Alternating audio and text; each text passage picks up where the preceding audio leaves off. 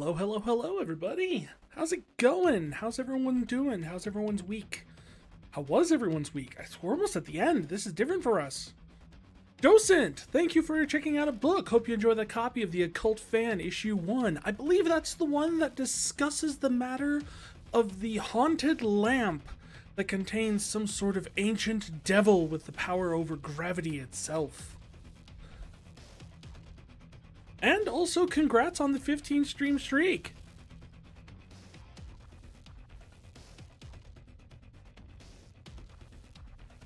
Whew, it has been a crazy week over here in Vryland, I'll tell you that much.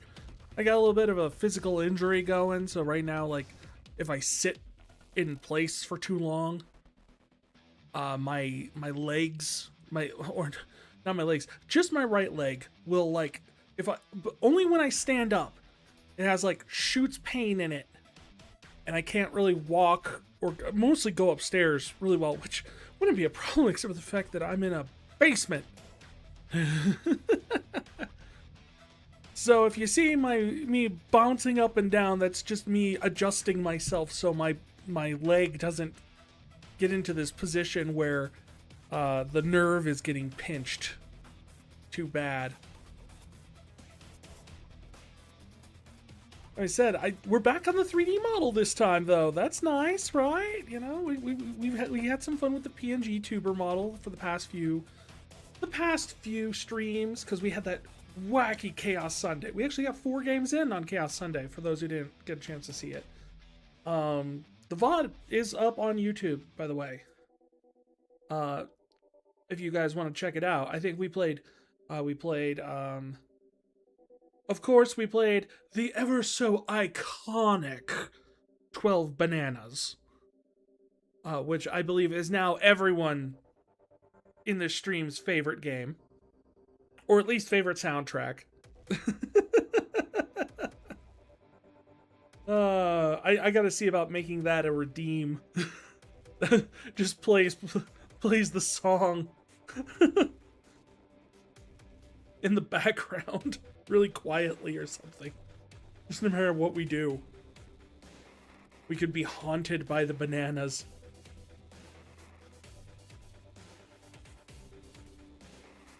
We also played the Bluey video game, which was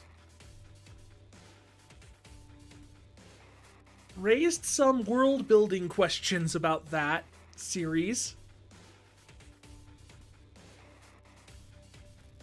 Like, why does their Furby toy capable of eating actual, like, materials, like food, possibly meat, and what other dire what dire consequences come from the fact that it's tasted flesh now?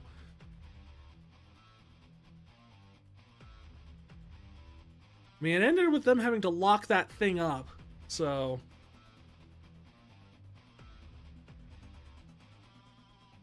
I'm trying to think, what were the other 2 games we played?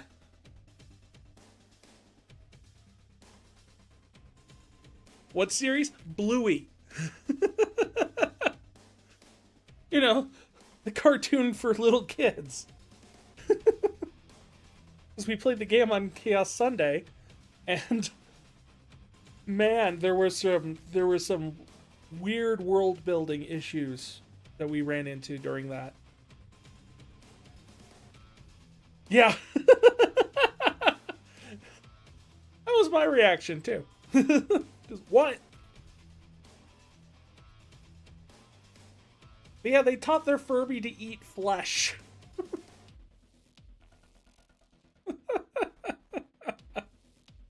I don't know. This is not what I thought Bluey was about, judging by what I learned from my niece and nephew.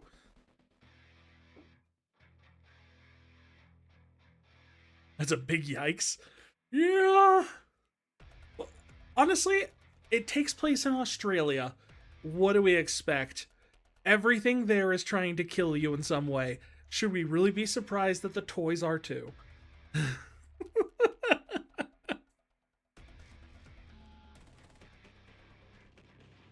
think we should just be happy that the Chattermax thing can be appeased in some manner.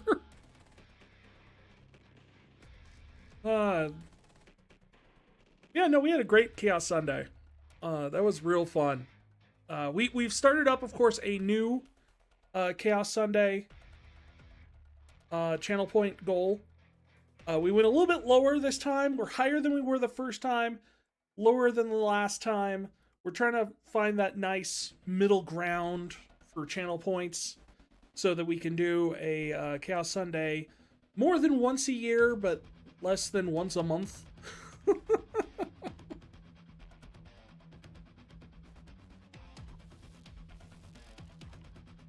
So I think we've got it set at like 8,000 channel points this time.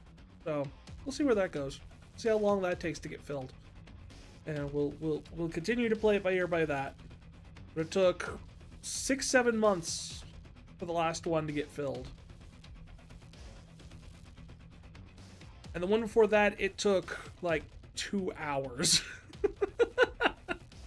So I'm trying to find a point where it's more than 2 hours and less than 7 months to hit that goal.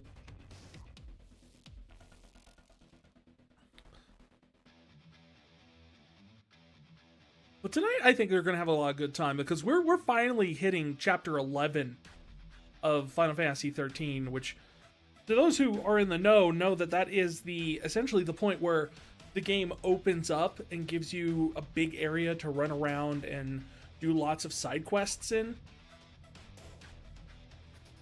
Which is what we'll probably be doing mostly tonight. Of course, on Sunday, this week, where we are...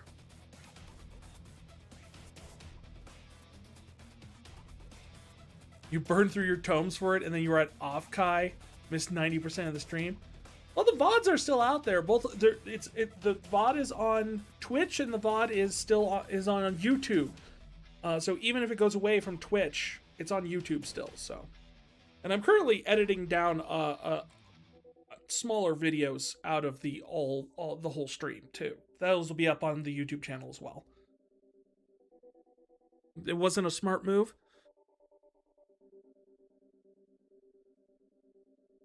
Yeah, I will say next time, if you know that you're not going to be around for something and you're really kind of wanting to kick off the Chaos Sunday, let me know. I have no problem bumping it back a week.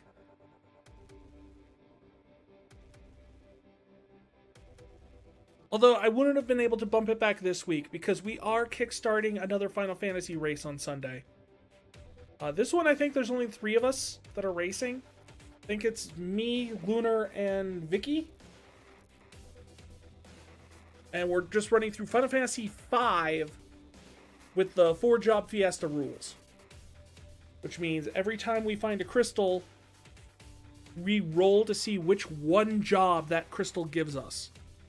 And we have to have at least one person with each job we've unlocked in the party.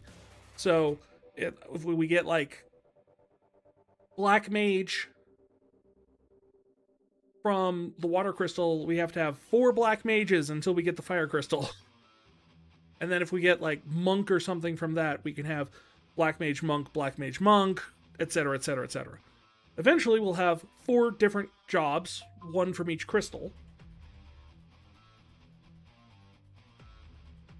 Why at you, phone?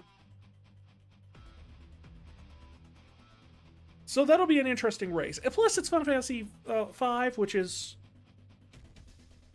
I want to say the first time we played it was like 25 hours. Much shorter than 12 in terms of a race. I'll say that much. Although I'm still shocked that someone got a sub 30 hour time on the Final Fantasy XII race. Sounds rough but fun. I think so. I've been wanting to try. I've always wanted to try the 4-job Fiesta thing, and this is a great excuse to do it. Kind of get it. So we'll have fun doing that. And of course, I won't have to worry too much about like making sure all stuff, because we've already played through 5 once. We've already done it for like the actual retrospective series that we've done. Unlike 12, where we were doing them simultaneously, both the retrospective and the race, which led to some complications in the fact that I wanted to be thorough, but also didn't want to be dead last in the race. I don't think it really made a difference. I'm pretty sure I was dead last in the race. Or as Lunar puts it, well, you're not behind the people who dropped out. I consider myself dead last in the race. Sounds rough, but fun. Yeah, I think it's going to be good. I think we're going to have a good time with it. That's going to be kind of on the Sunday rotation, along with Chrono Trigger. But we're kicking that off this Sunday. And kicking the poor Chrono Trigger people back another week. I know there are people who just want to see the Chrono Trigger stuff. I feel so bad about it, because I have had more than one person mention to me that they want to just watch Chrono Trigger.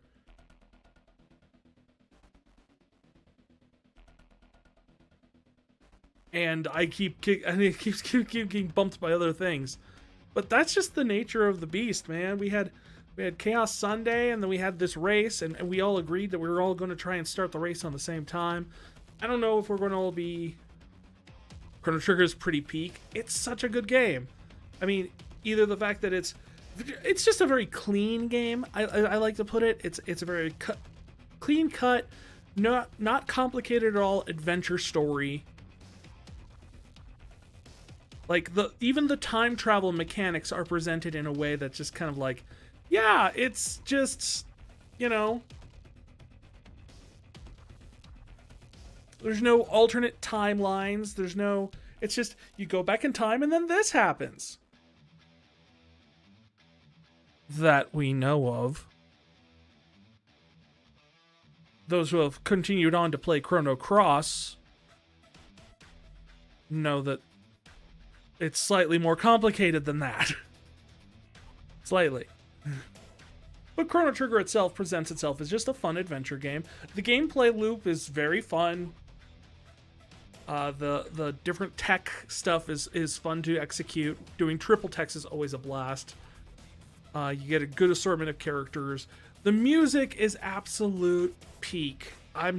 It's got some of the best music of a Squaresoft game that I can think of.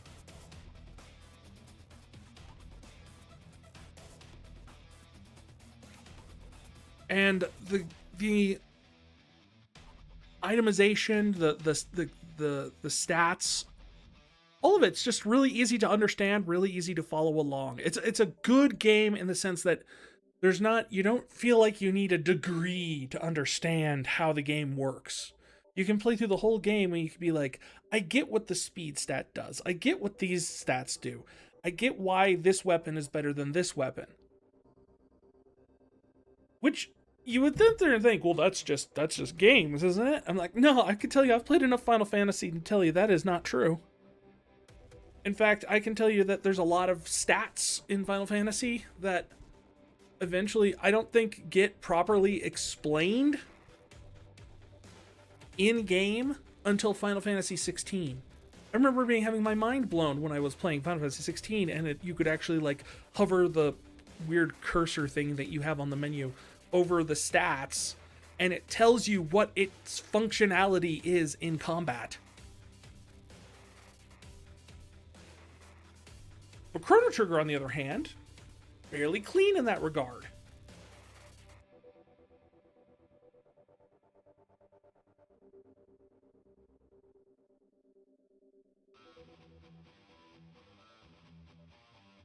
So it's one of those things where it's like I really enjoy it because I'm not going to say it's the best game Square Enix ever made. No, because it's just a little bit too simple for that. It's on some hands it's like it's a good my first RPG game because of all the things I just said. But if you want something with more depth to it, with more like I want something that I would read in high school, not something I would read in like elementary school. I don't know if Chrono Trigger is going to quite scratch that itch for you. You'll have fun, but I don't know if it's going to scratch that itch for you. Now, Chrono Cross will. And of course, you know, you probably want to play Chrono Trigger before Chrono Cross. But generally, I think just it's a very simple adventure, which is great in some regards, unless you're looking for something with more complicated narratives, themes.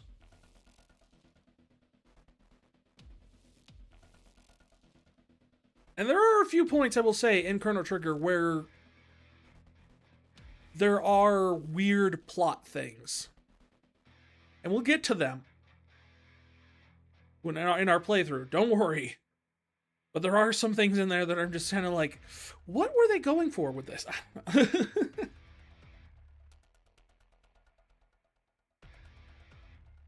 But the best thing you could tell anyone who's a fan of Chrono Trigger who's never really experienced Chrono Cross afterwards is just tell them that every time you change the future, that timeline doesn't just go away.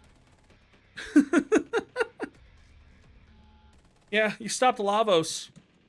Well, what happened with the timeline where Lavos destroyed the world? It doesn't just get rewritten.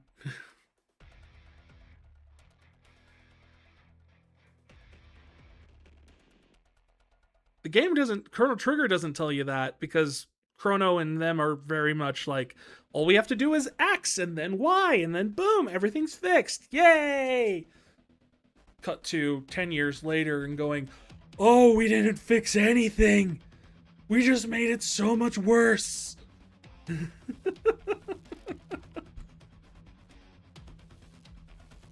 You'll have to play Chrono Cross someday? Well, I mean, you can always keep tuning in, because, I mean, I'll tell you this. We are planning on playing Chrono Cross right after we finish Chrono Trigger here on stream. I have no question. I have the Radical Dreamers version on both Switch and PC. And yeah, we're going to be playing right into it. And I am going to get the good ending for once. Dang it. With the weird End of Evangelion style ending.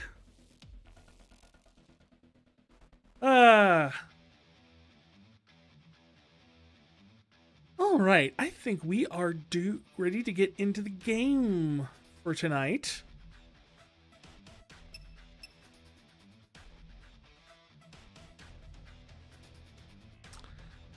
And I think you guys can actually hear that for some reason.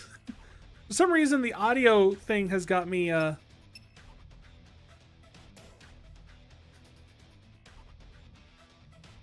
all of my different audio channels are all just mixed together for some reason. I don't know why. Anyway, let's get into it, shall we?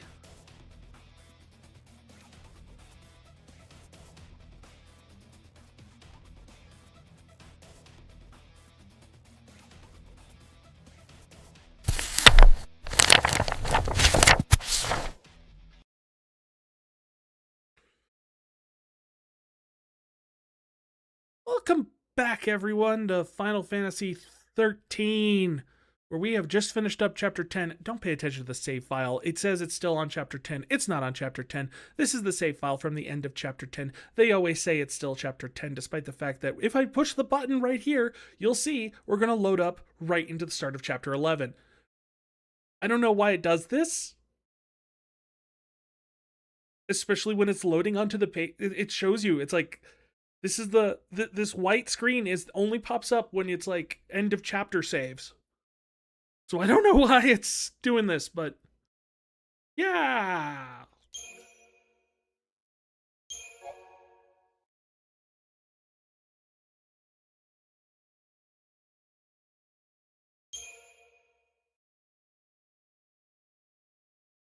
The fal'Cie hope to restore their world with the help of the Maker, but calling back lost divinity requires energy generated by the deaths of millions of people. Now the beings who built Cocoon as a place to nurture their tribute seek to manipulate Pulse l'Cie in the final stages of the grand scheme. Yeah, so that's the whole... They need to find a way into... The Maker, one of Elza, God of Light, won't come back until they find the way into the realm of the dead. How do they plan on doing that? We are going to bombard it with so many souls that we can't help but just crack that thing wide open. How do we do that? Well, how about we spend like 100 generations raising a bountiful stock of humanity inside of a big ball? And what if we drop the ball? That is the plan. See? A world wild and fragile, vibrant and untamed. Grand pulse. Pretty flowers.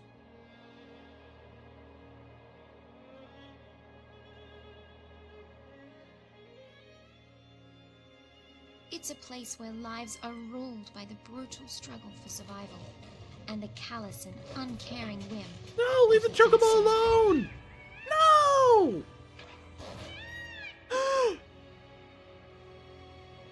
There is no such thing as mercy. I don't like this place. A never-ending string of trials that weed out the weak and leave only the strong.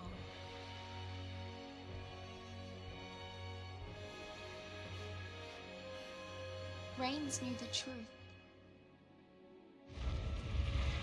The purpose lying at the heart of all the Fal'Cie's actions. It's a ball? Recalling their lost deity and returning the world to its former glory. People were never anything more than sacrifices.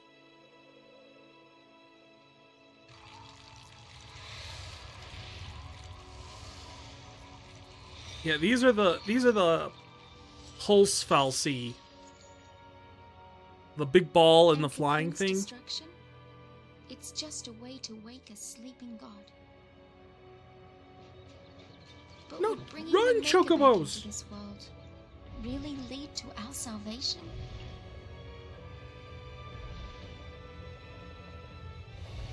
Why does it have shields strapped to its back, I wonder?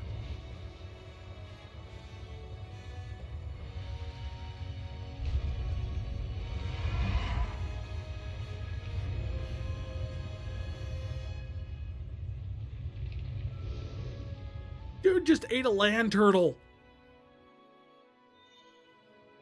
The Maker created Fal'Cie, and they, in their desperation to be reunited with the Maker, created l'Cie. And l'Cie? I wonder what we'll end up creating.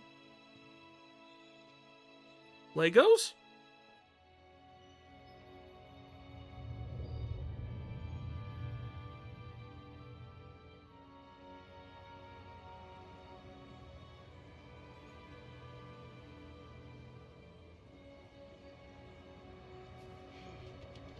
See, what I'm really kind of more curious about is the giant, like, cities worth of, like, ruins.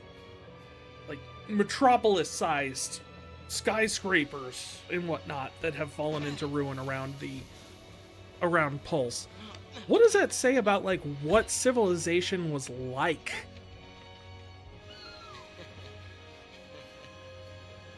Our future looked bleak, but as long as we could keep our spirits up, we'd find a way to change our fate.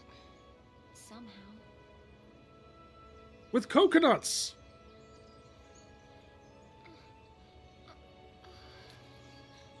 You were having a dream.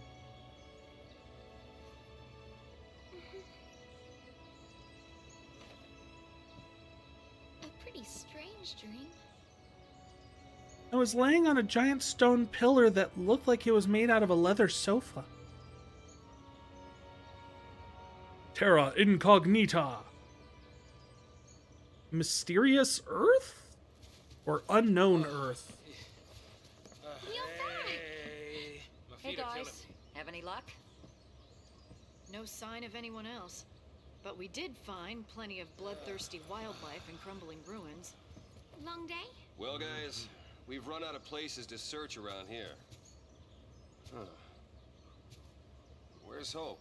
He's off with the chocobo, getting supplies. Hello. Hey. That thing's happy as heck.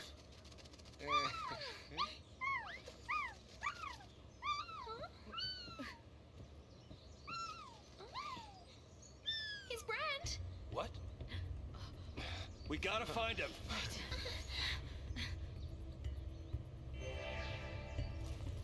Wait, his brand? Oh, so like... Well, he's definitely that way, because this is a dead end. But I'm going to go up the dead end, because I want to go up the dead end and see what's in the dead end. Because dead ends usually have treasures.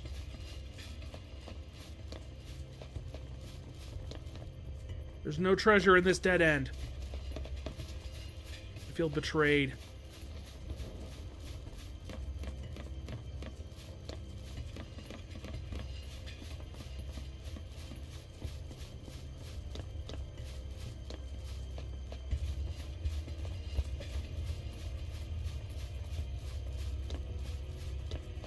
Yep.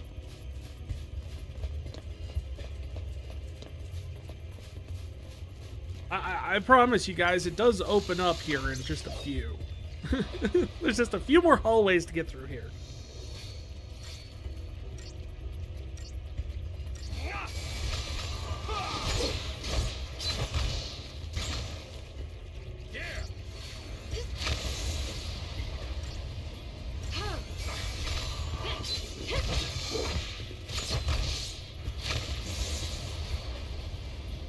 The heck is someone casting?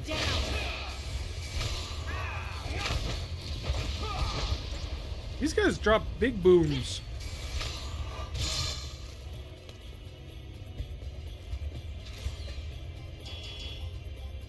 What's the bass on that Faraga?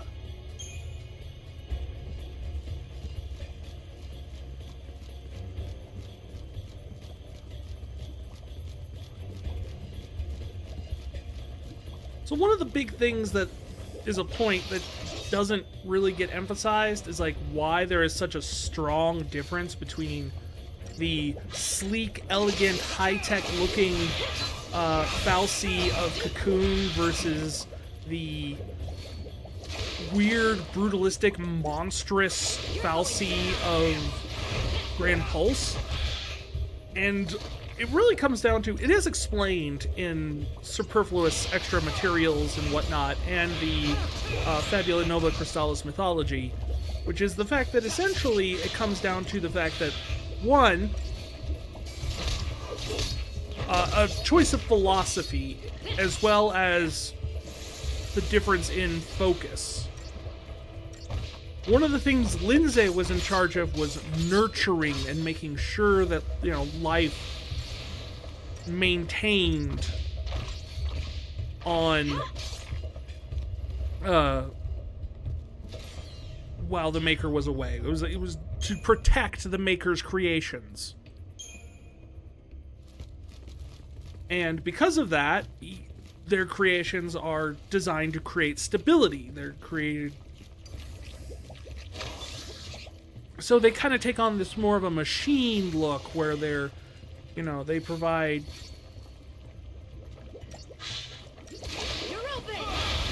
the functionality of, like, utilities.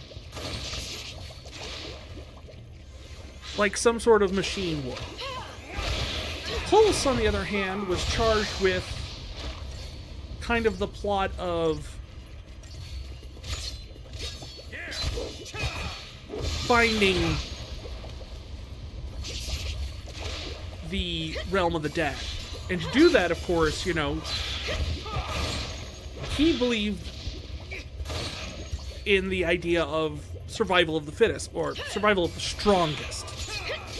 Important to note, because survival of the fittest doesn't necessarily mean strongest or most in shape. It means the best fitting for the environment. Pulse was very much a believer in the last one standing should be the one to succeed. So a lot of the Pulse fal'Cie are built around this idea of they need to be strong, they need to be powerful, they need to be able to crush anything in their way.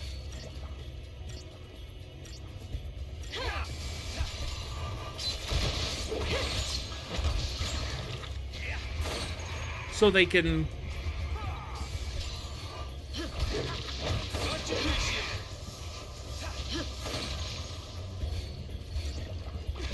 Mostly so they can just kind of, you know, brute strength their way into getting into the realm of the dead. They don't really care about life. Life is just there to help them get stronger.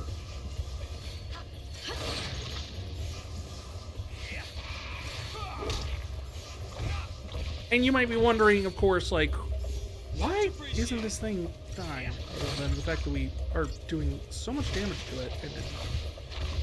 Oh. Because we are... I was looking at the wrong target. I was looking at snow. But essentially, you might be wondering, well, if Lindsay's whole goal is to protect the Maker's creations, why is Lindsay plotting to drop Cocoon and kill everybody? Well, that's the first clue that the whole we were the Maker's creations thing is not entirely accurate.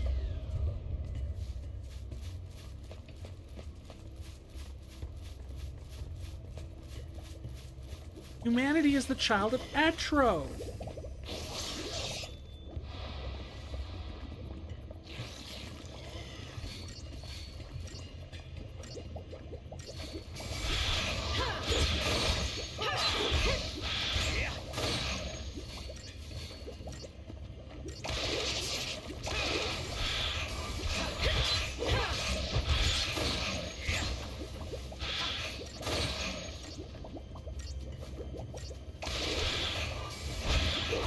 I do appreciate how they made the flans actually look like they have like little dark brown toasted spots on top of their heads.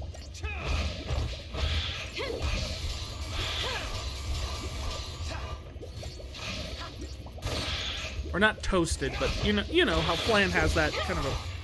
I don't even know what that is. Is it like seasoning? Brown sugar or something? I don't know. I thought toasted because for some reason I realized I was thinking of creme brulee, which I prefer to flan. I love creme brulee.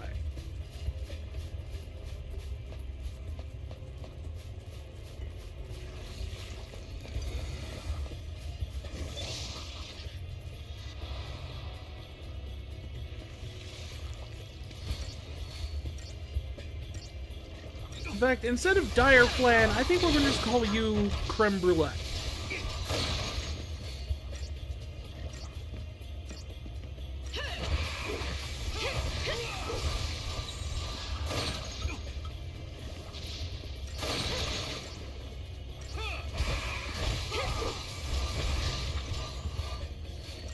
Alright, there is no reason to have two commanders and only one Ravager for a street.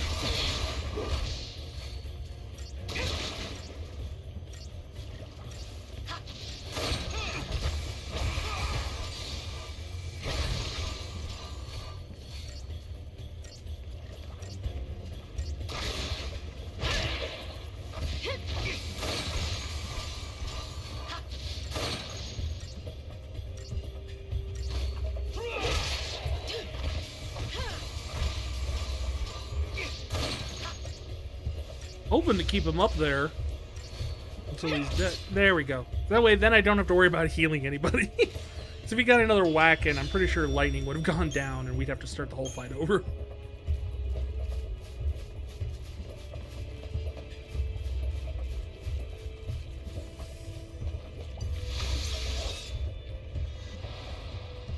So how did Hope get past all this stuff? And I forgot to change it to one Commando, two Ravagers.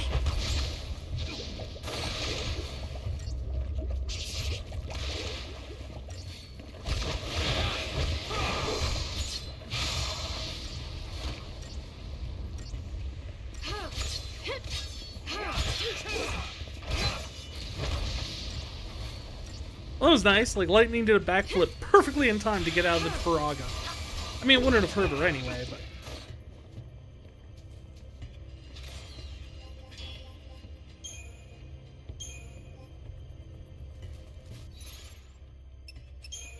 Paradigm.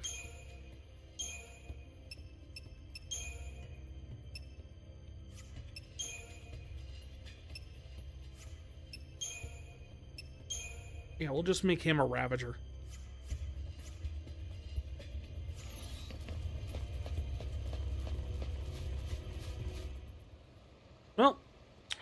Hope's dead. Moving on. Hope!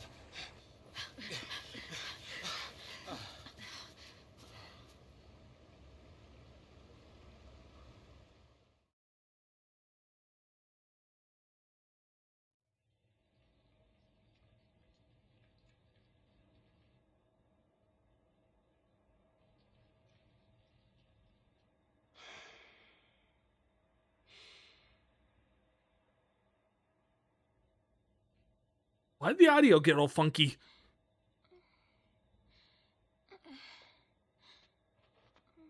So this is how it ends. Just wait. Now, how long has it been since we left Cocoon? Not a single soul for miles around?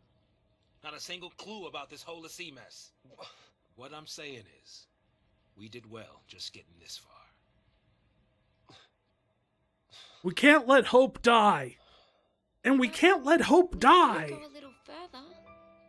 Meaning? There's still one place. Neil? Oh, Are you sure? I'm sure. You know, if we don't find anything this time, we won't get another chance.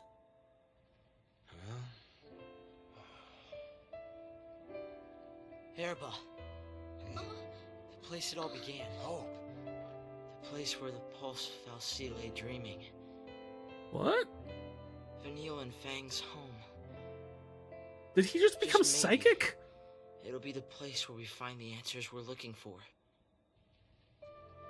You're right. If we can get there. Go ahead without me.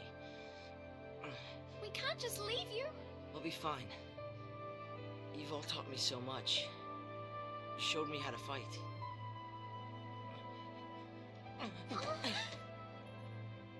What did I tell you? Leave the fighting to me. I'm scared. We understand. Someone's about to get their Eidolon. Alone, you know. Huh? That's what scares me. I don't want to see you get hurt because of me. It'd be better for everyone if I just stayed behind.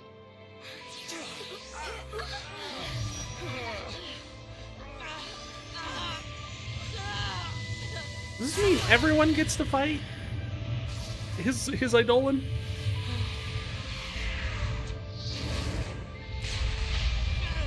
Oh, it's a chunky boy.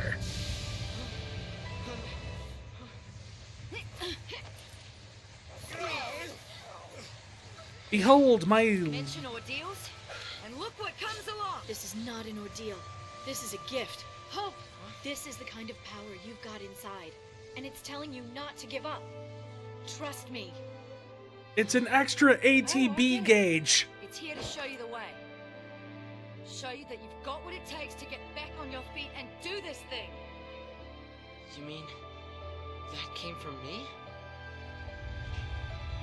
Well, technically it came from your wrist. This is what's inside your wrist.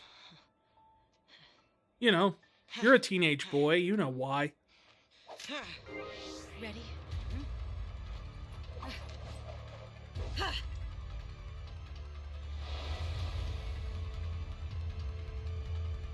Yeah, this is my least favorite Alexander design.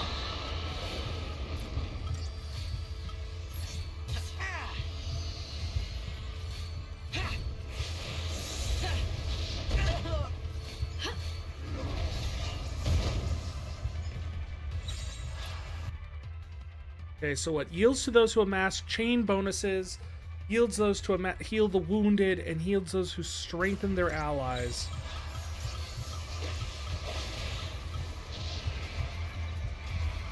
Well, let's start with some good old-fashioned... Thank you. Thank you. Thanks.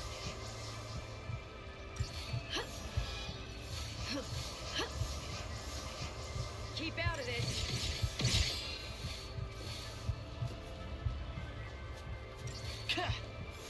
Hope's got, like, the least amount of ATB of anybody, and that's really going to bite us in this, I think.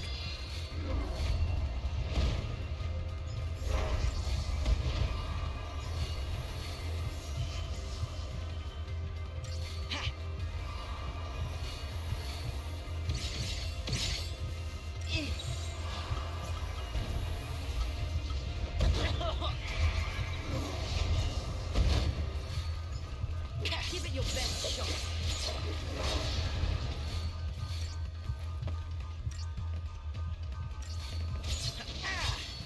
So now we're just going to try and build up some chain gauge here.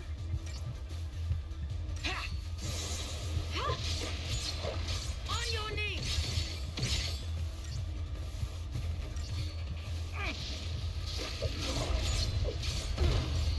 Like, I just don't get the design. Like, I guess maybe it's supposed to go with kind of like a Greek.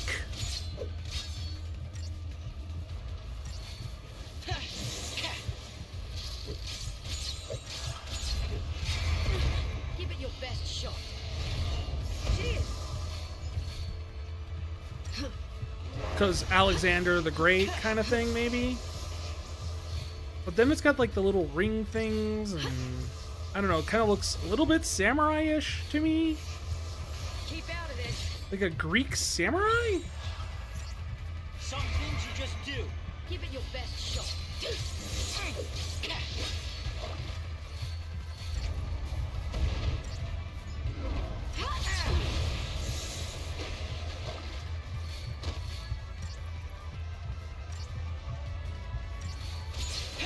On your knees. I would say I should have like leveled him up more before this point, but I don't think I could have. Give it your best shot.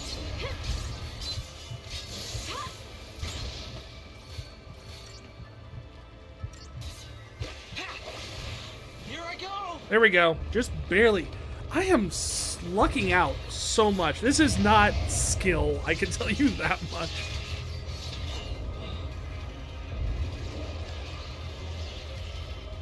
Somehow I keep getting these things with like less than 60 seconds remaining on Doom. It's not even a vehicle. You turn into a DM screen.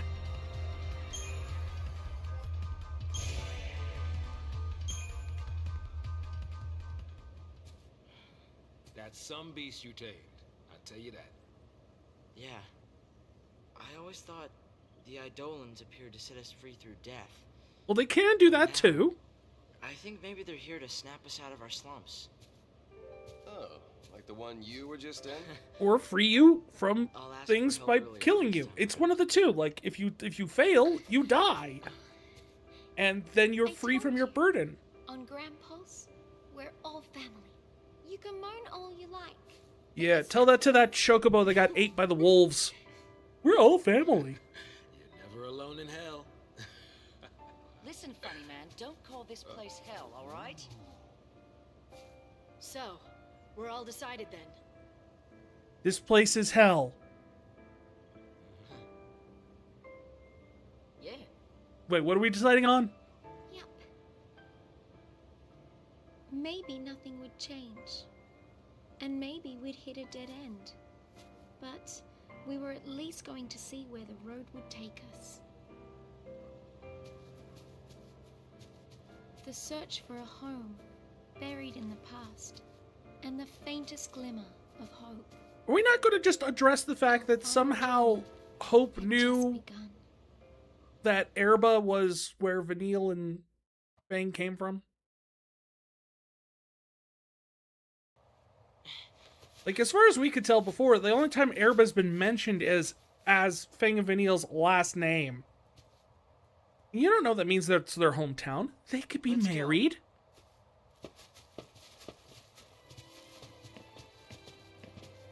Welcome to the opening up of the game. The Arclight Steppe, where quite literally the game opens up. Stone. Figuratively and literally. Familiar? It's a- a kind of Seath. It's in the last stage. A Seath. Hmm? Don't worry. It's no threat to anyone anymore. Lassie that fail their focus become Seath and wander the wilds. Eventually, they lose the will to go on and turn to stone. But still, even in this state, they can't forget the task they once had. And they call out to Lassie, over and over. Complete my focus. So they're doomed to eternal regret, huh? It's pretty horrible. Well, hey, we should help this one out. Come on, we can't just ignore it. Listen, if we fail our focus, it could be us suffering like that. Wow, what a happy thought. That's not like you. But going out of his way to help someone, that's snow all over. Snow usually is all over. Seath stones lie scattered about the world of Grand Pulse, and the final remains of a failed former lessee. Upon touching a Seath stone, you'll be given an opportunity to undertake its unfinished focus as a mission, hunting down whatever terror it may have been tasked with slaying. Finding and defeating the mark will complete the mission, earning you special rewards. Complete enough missions, and previously dormant Seath stones will begin to awaken, presenting you with new and more rewarding challenges. Yeah, this is the end game essentially, where instead of the end game coming like literally at the end, because once you get past this in the story, it's more or less, you know, a straight shot to the end for the last few chapters. Only possible to accept one mission at a time, to take on new missions without completing your previous one, and the earlier missions will be abandoned. You can check the details of your current mission, including your whereabouts, on the map screen at any time. Now, this isn't our last chance to come back here. I know that later on, like, there's a point in the story where we can choose to come back. It's starting to sink in. We're home. To the Arclight step before you go on to the next tier. A gelatinous rube beside that pond is the ecto pudding I seek. I need only slay it to avoid becoming a Seath. How many years must it have been before I left the village in pursuit of that vile pest? My brand will not wait forever. I must kill it, and quick. And then I will awaken from my crystal slumber. I can help repair the ruin it left in its wake.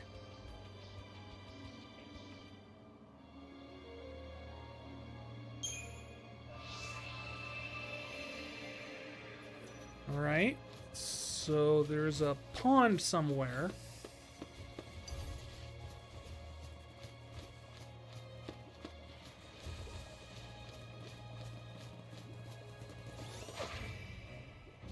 Well, I just wanted the ball, but okay, we'll fight the dogs. Pathetic.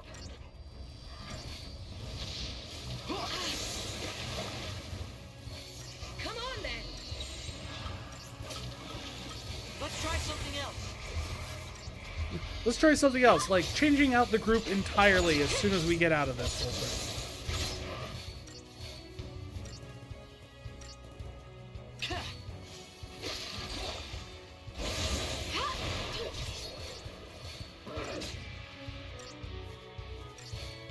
It's amazing how much difference with like a Ravager that having a commando and no Ravager in the group can make.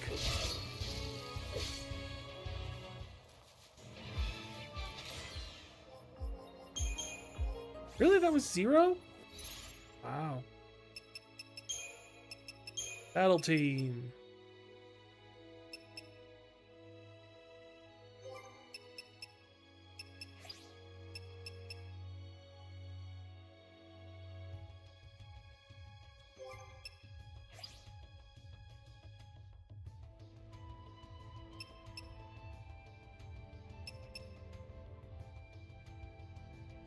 It's not a terrible combination.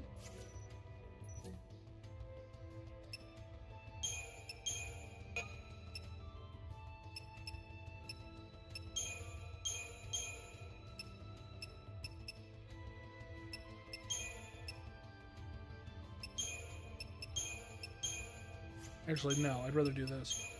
Ravager, Commando, and Commando. Diversity.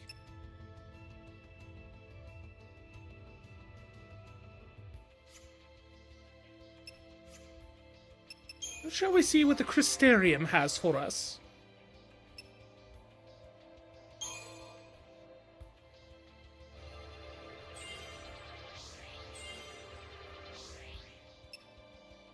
Not much.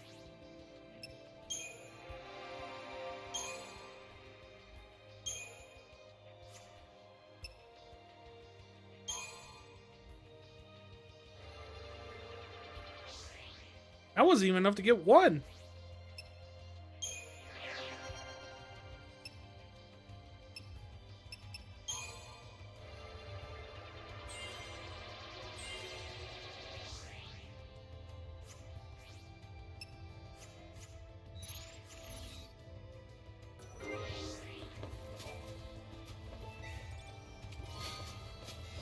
The Rod of Thorns.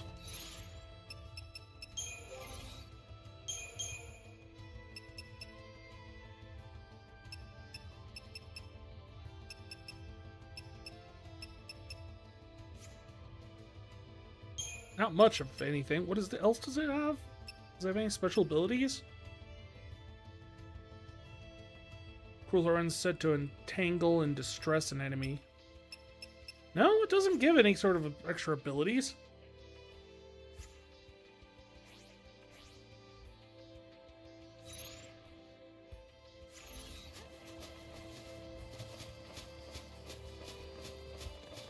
Yeah, good news is there's sheepies down here.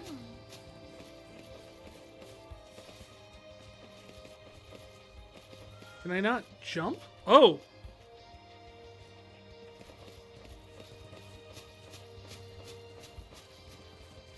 Yeah.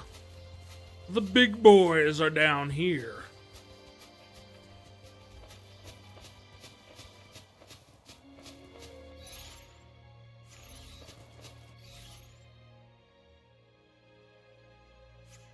Okay, so where I need to go is...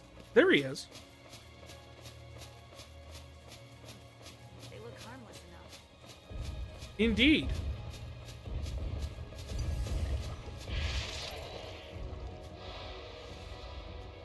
But they aren't harmless.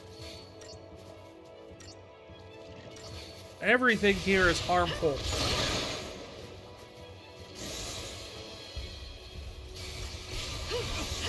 You gotta go work out and get some dinner. Have a good stream. Thank you so much, Docent. I hope you have a good workout and delicious dinner.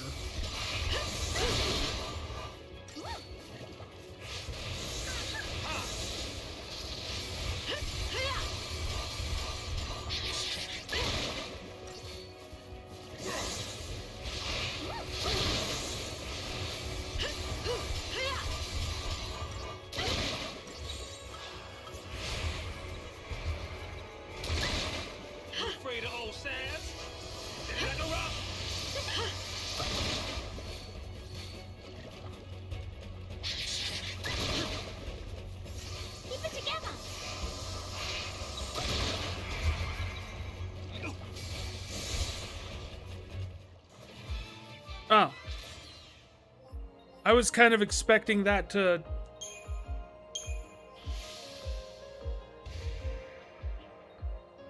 Completion bonus. Energy Sash.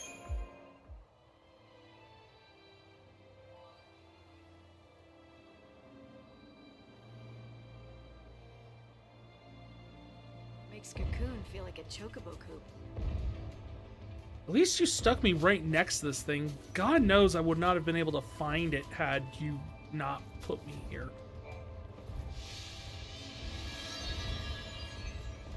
Time runs short. Today is the day I put an end to the troublesome Uridimu. Problem, I fear, will be at the pack of loyal Gorgonosids. The master alone is worthy of foe. Must I face the hounds as well? Alright.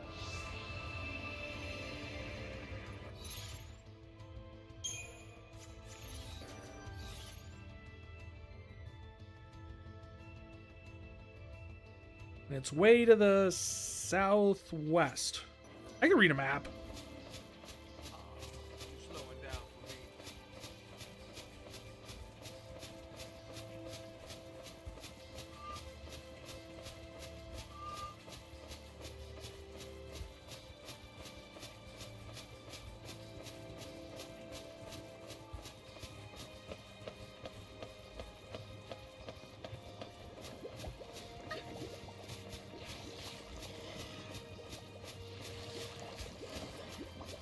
Something verbally chasing us? Oh no, they were just right around the corner.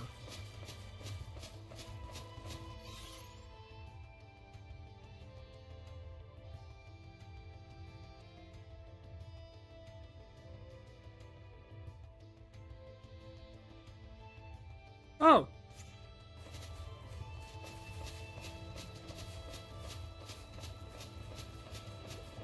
I went the complete wrong way.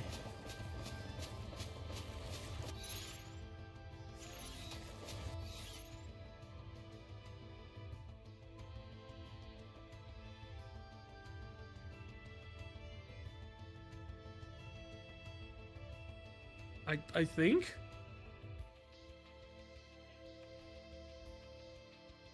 Okay, now it's not even... What? Oh, this way. Maybe?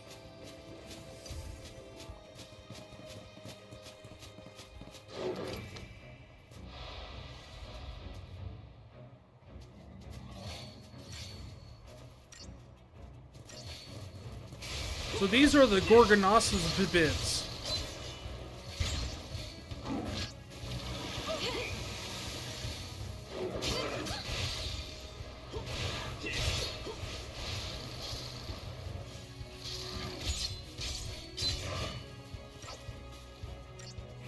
So we're gonna have to fight like a boss one and like a bunch of these little guys.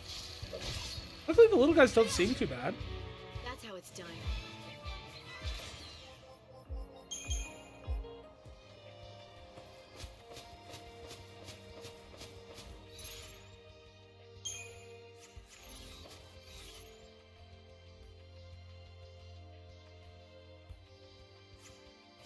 Yeah, we're still on track.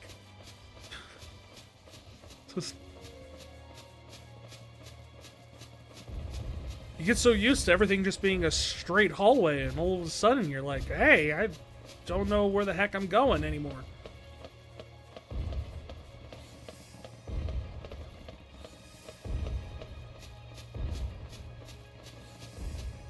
I mean, to be fair, this entire area is just essentially Hyrule Field with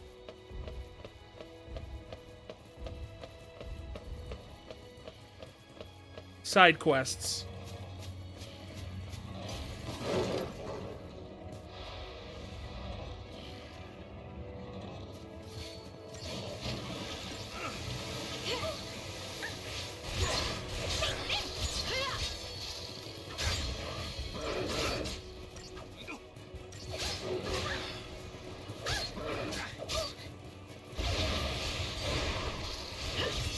They're really going after Saz for some reason.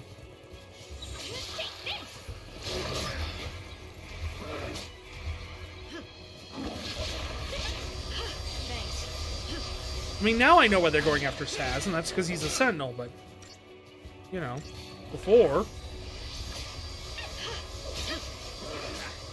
You afraid of old Saz?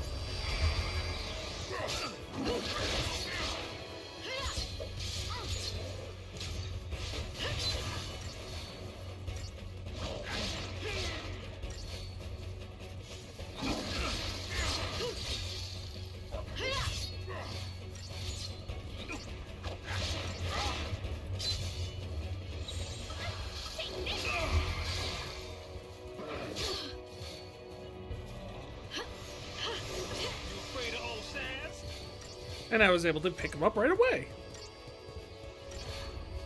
Thanks.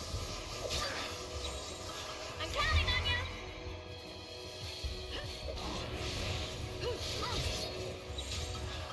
Gotta keep them on their toes.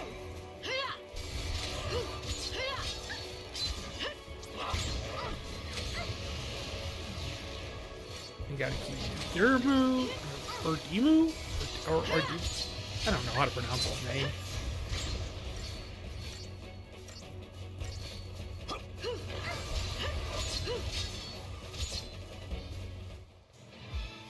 Wow, we finished it off in Synergist and...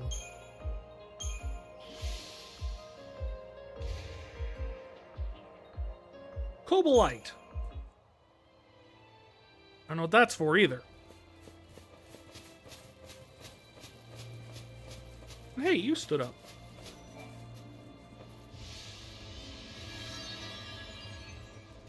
In the Subadran Highlands.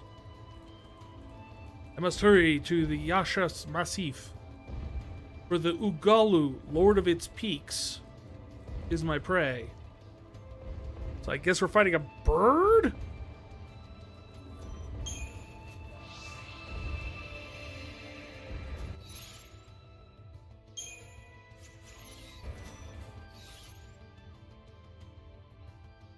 Bird. Bird. Turn around, follow the cliffs.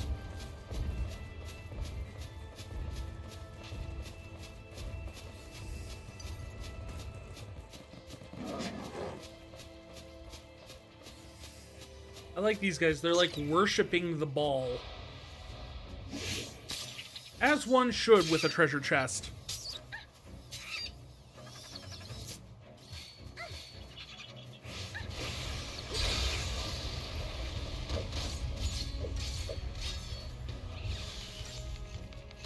How about some of this?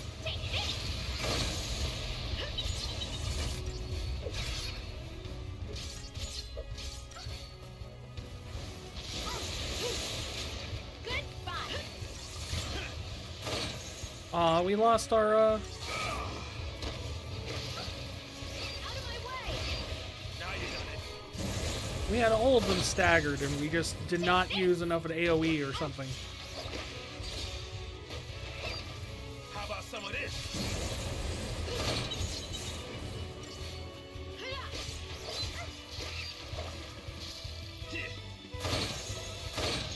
What are you summoning? I guess we will never find out. That's how it's done. Maybe it was calling for its mom.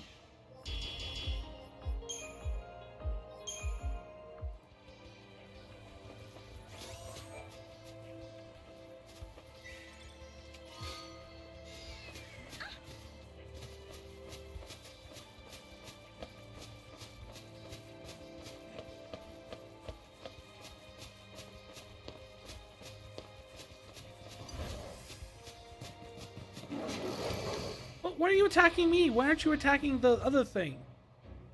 And I could sneak around all of you.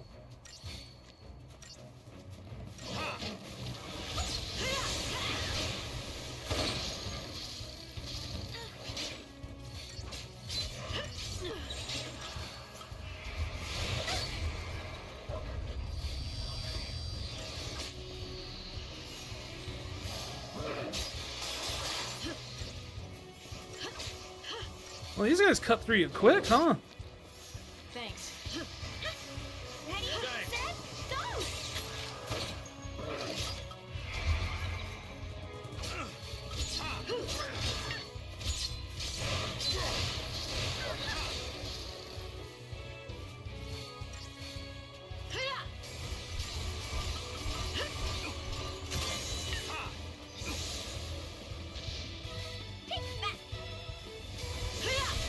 Just use Libra on this thing just so we can figure out what it can do. Jeez!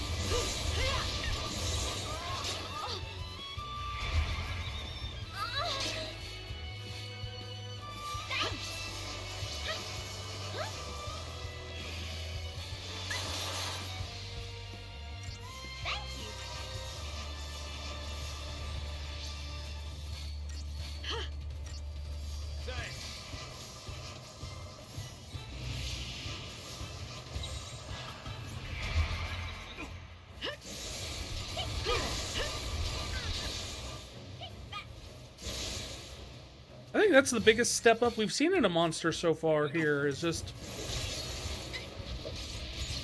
the bite off of this thing. What was it called? A Navidon? The Navidon, Charlie! A lethal killer Navidon!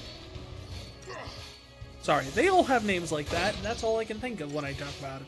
Is that reference, and I don't get why, but necessarily, I wasn't even a big fan of Charlie the Unicorn back in the day. That's a Charlie the Unicorn reference, by the way, for those of you who don't know what the hell I'm talking about.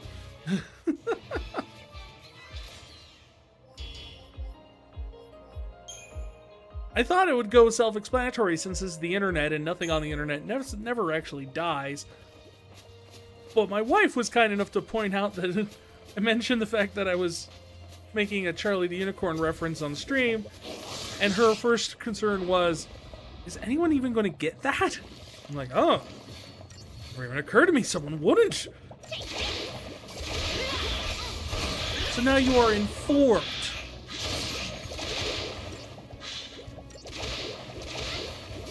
Slap, slap, slap.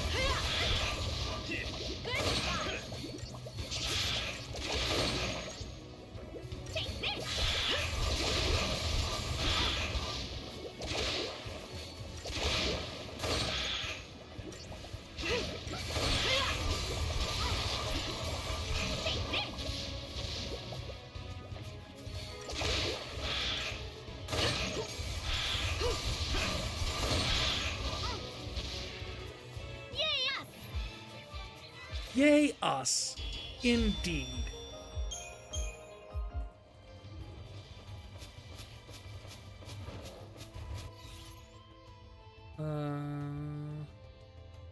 Okay, so essentially it's where that save spot is, but then up the little narrow path.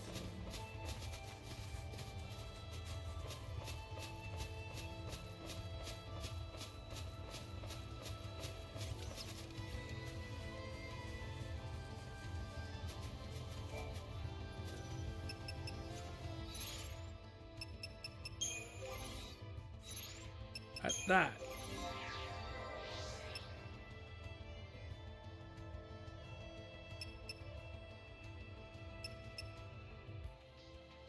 Alright, so we've got her ATB level from this one. We've got Medic all the way leveled up. It's just Ravager, essentially, we're waiting on.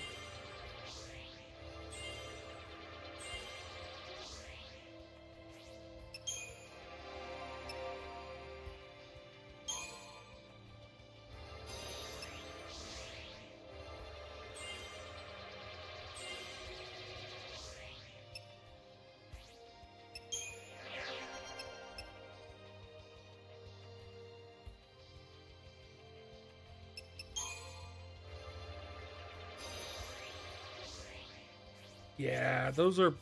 Those are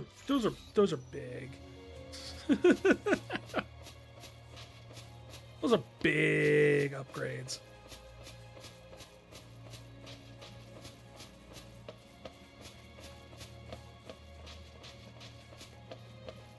This is kind of the opposite of what I thought when we said we were fighting a bird person or bird thing. I figured we'd be going up. Currently, we appear to be going down? Does say this is the right way, though.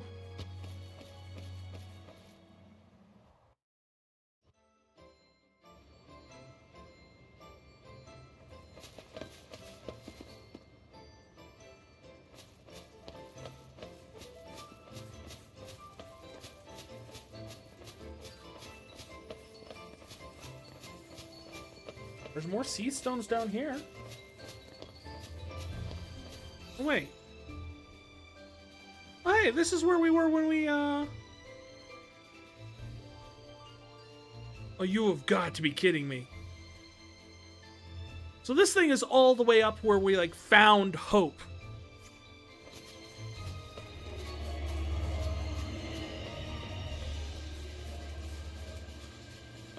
The heck was that? Some sort of black licorice. I hate black licorice.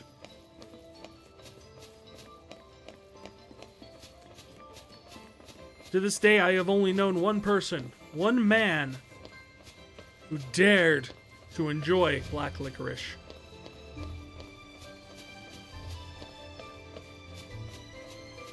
And that would be my uncle.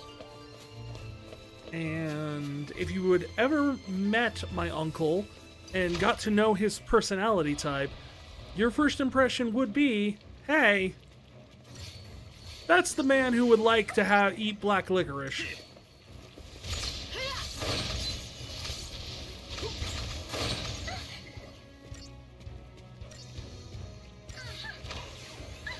Wide open.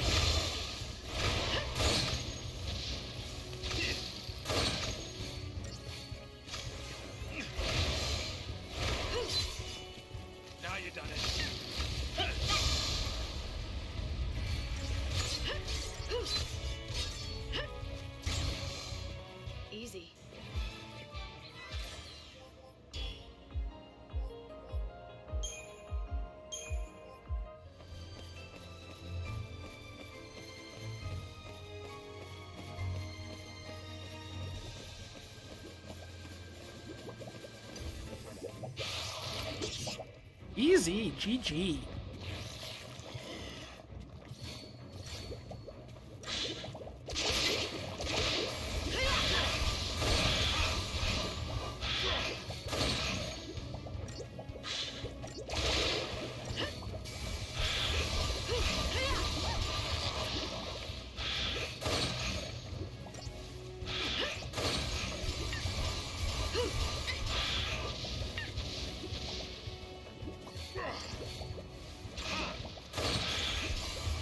You know, we haven't even looked at what those accessories we got were. Probably look at those.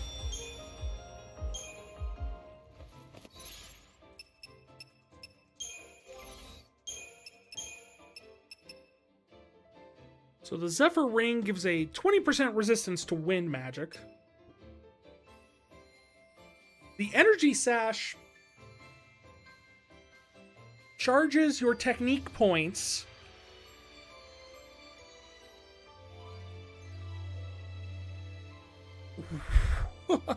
whenever you kill something.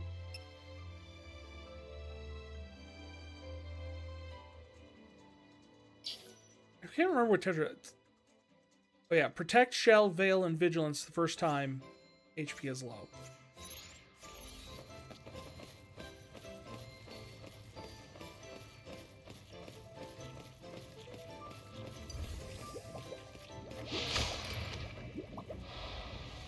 Well, we tried.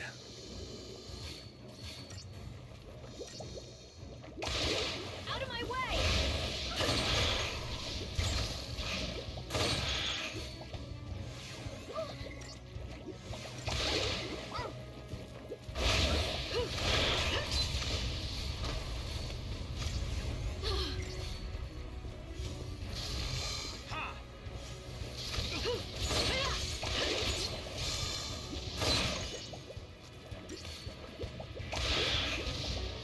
Fire, fire, fire, fire. Easy. Easy, GG.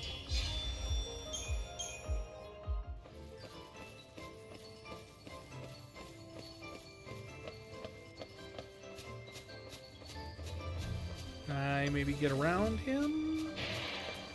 Run past it, thank you. I really didn't want to fight that guy again. Some of these I can't run past, but...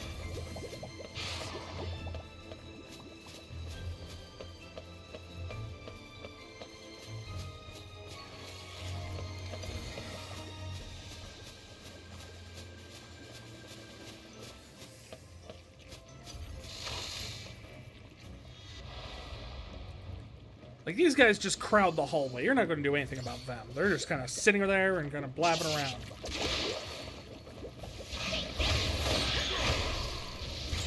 Like a bunch of high schoolers between class periods.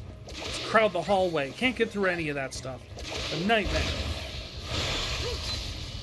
I speak, of course, as someone who once went to high school. Say goodbye. Barely. I went to a magnet school, which was a very specific purpose. There were there were 7 grades and like only about maybe 800 people in the entire school. It was not super packed.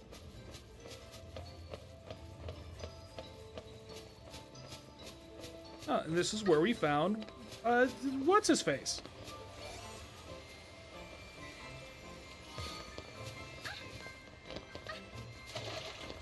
So I don't know if you can necessarily qualify what I did as high school. It was more social than homeschooling. Technically.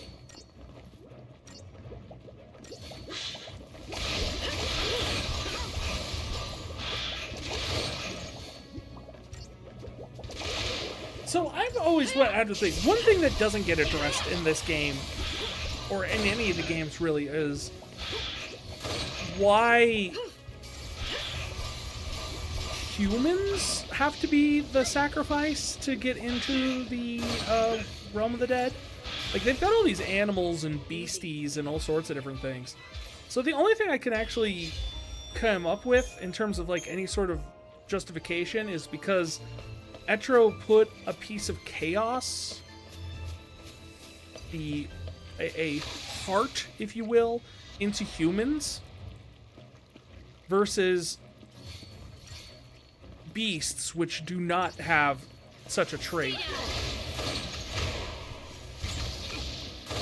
And thus maybe they don't actually go to the realm of the dead? I mean, to be fair, we see the realm of the dead a few times in the trilogy, and we don't see like Just animals another or anything like that in there. We see like constructs that are not constructs we don't see in this world.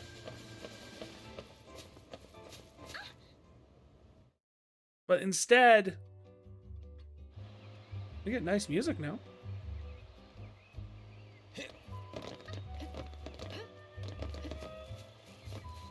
This is kind of like an elevator music version of Pulse.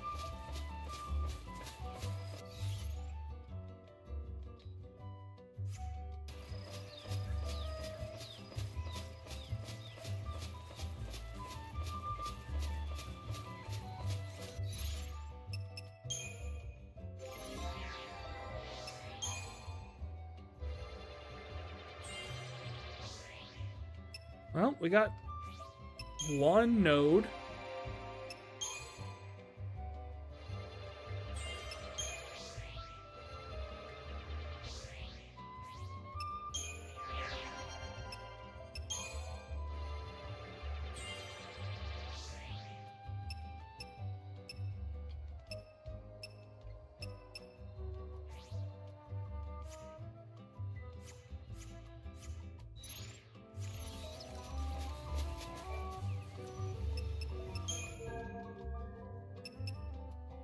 Right. Is there like any upgrades I can actually get in terms of weapons or anything? Nothing I can afford because I can't afford anything.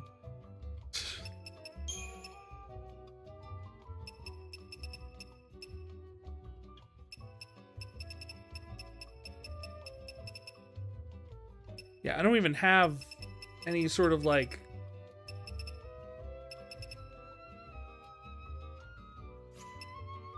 sell these because they go for extra money.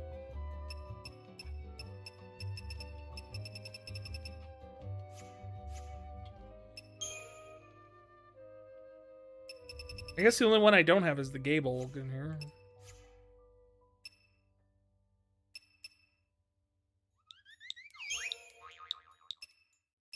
The Whistlewind Scarf.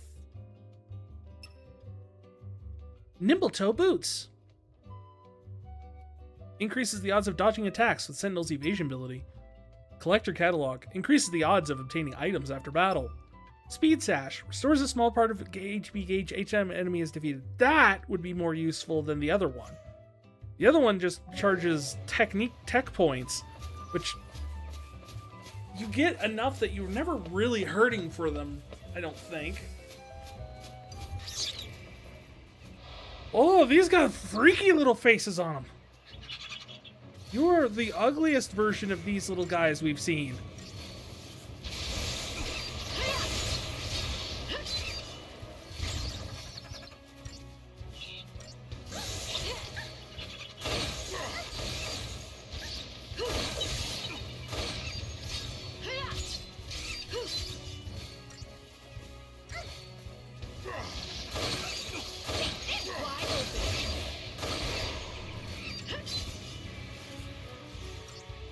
What is that? Oh. Was that the... Oh, they're conjuring.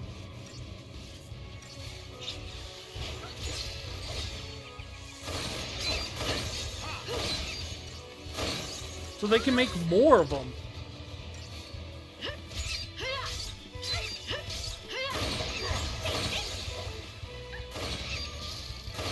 Can they only do it at like a certain, like... Oh, because why aren't the other ones doing it then?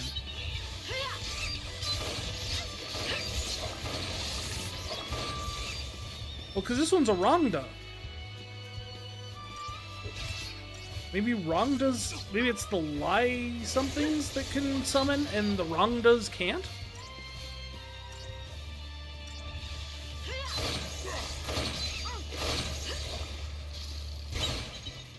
That's how it's done. It would actually be kind of a fun idea for a D&D monster. One that can summon other monsters, but the monsters it summons can't summon more monsters.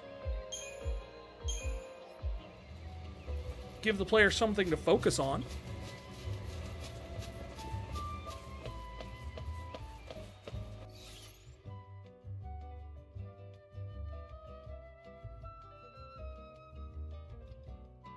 So there's a destination over here too?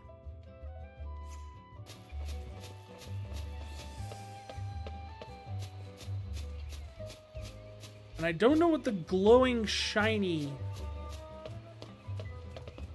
Oh, it's a big puppy. Hi, big puppy. I'm gonna boop you in the snoot.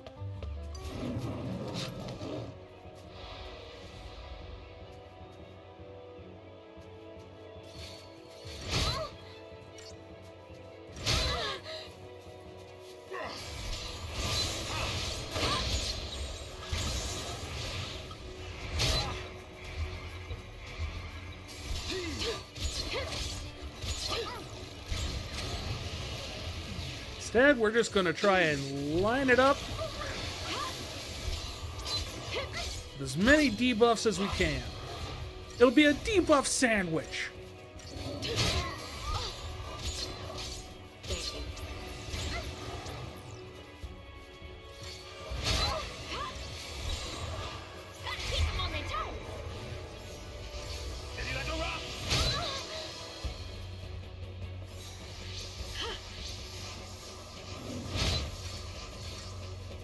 Cure everybody up.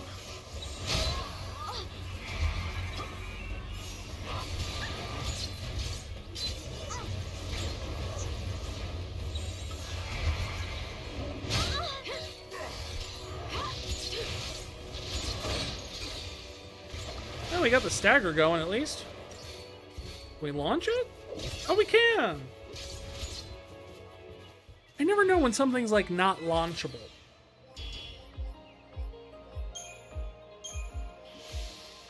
Mission complete. Platinum Bangle. We've earned the rank of Mercifex. Yeah, I don't know what that is. Is that even a real word? Mercifex? Sounds like the guy who works at a church who, like, says mercy or something. I don't know. Mercifex.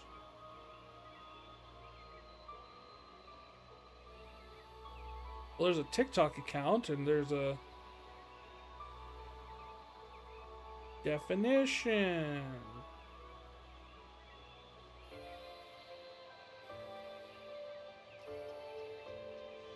What? Why did you change it to Mercedes?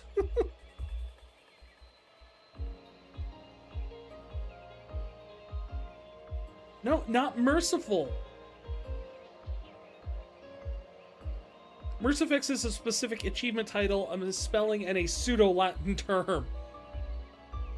It appears in in-game achievements and mission titles such as Final Fantasy XIII, or as a username tag in online communities.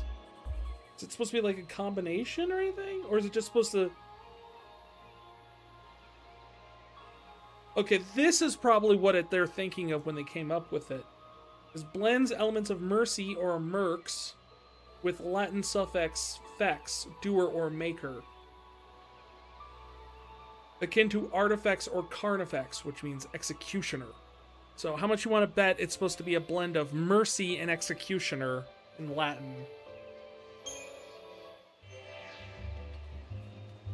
Or the maker of mercy. I don't know.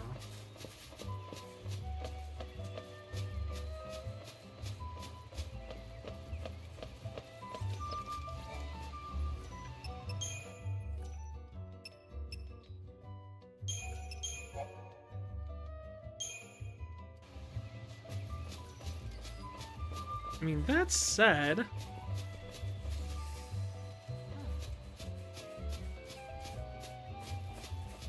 You say this is our destination. I don't know what our destination is.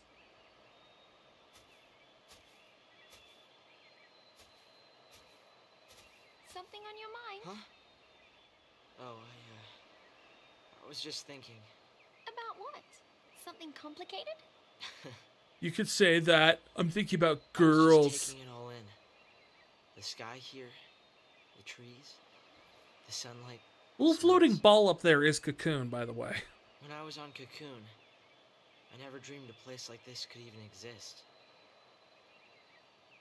But now, here I am, on Pulse.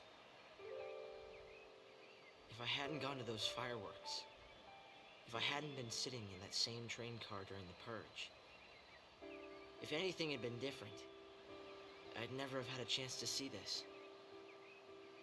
Mm-mm. No.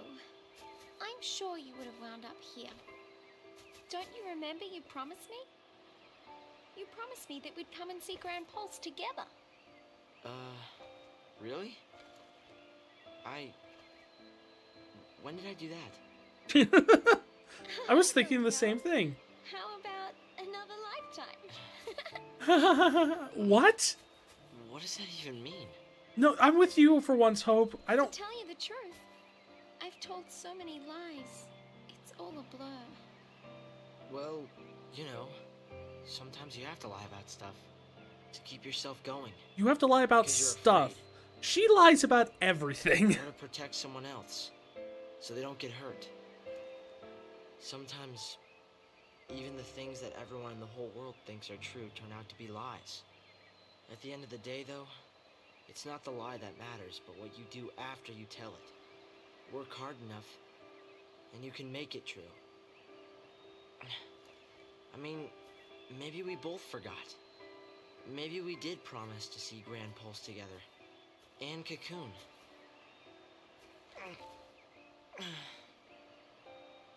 Thanks, Hope. Do something for me, will ya? Keep smiling. Keep smiling. Keep It makes trying. me happy when you smile. Know that something I haven't heard I didn't this know you song felt that way. since elementary school. Wait a minute. You mean you were joking? Now we're even. Oh! Hey! Wait! Hey!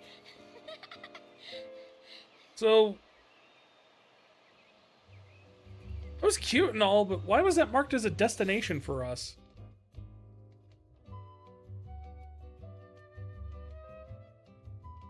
And there's another destination there. And I still don't know what the glowy Seath stone is. A Seath... Oh, it's a Seath Way stone. That's what it is.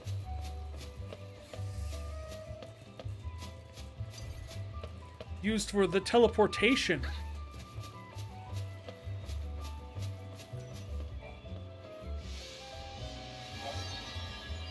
Certain Seath stones function as teleporters, or way stones. Can we call them aetherite? I feel like we should call them aetherite. They are essentially teleportation stones made out of crystal. I want to call them aetherite. We're calling them aetherite.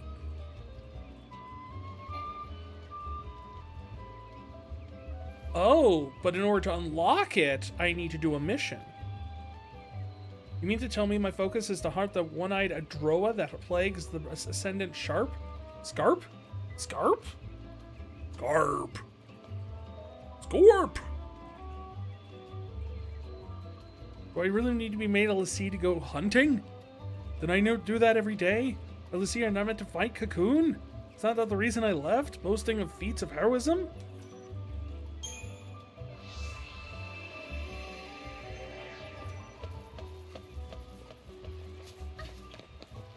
Oh, you know, it's right down here where the destination is.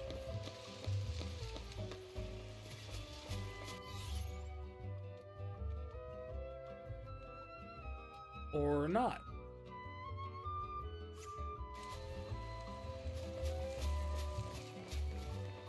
This is the Scarp.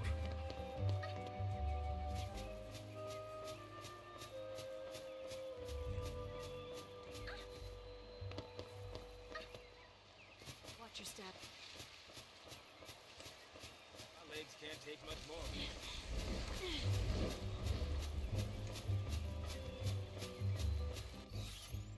I keep anticipating one of those things like, okay, it's way up there. Gotcha.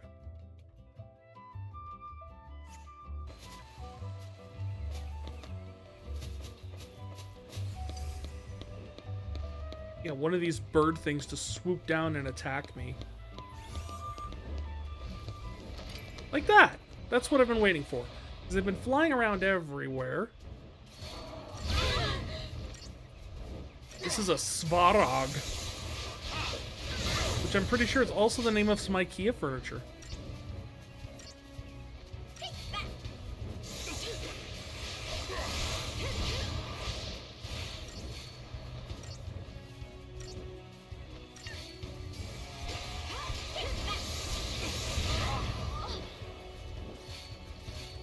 This thing's got some meat on its bones. Look at that. It's like...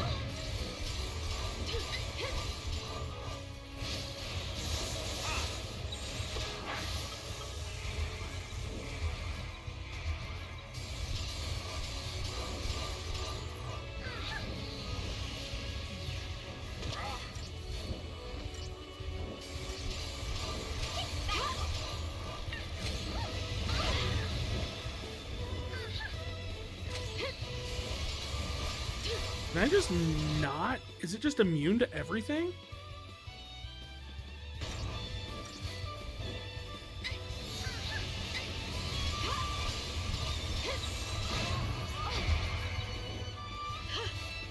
Steady like a rock. Ready, set,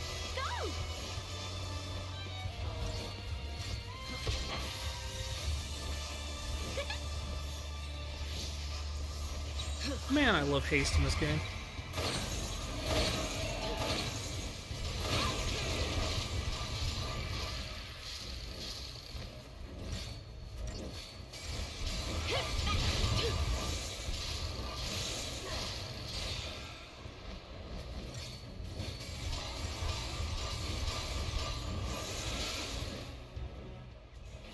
I was not expecting those to be such a... I think everything's kind of a tough fight right now because I think, quite honestly, we are... If we are not underleveled, then our gear is definitely underleveled for where we're at.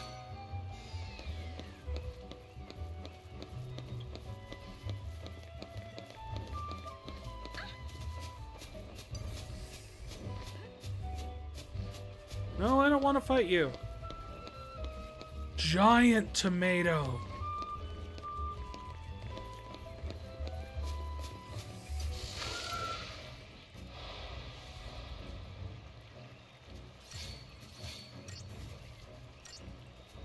Wide open.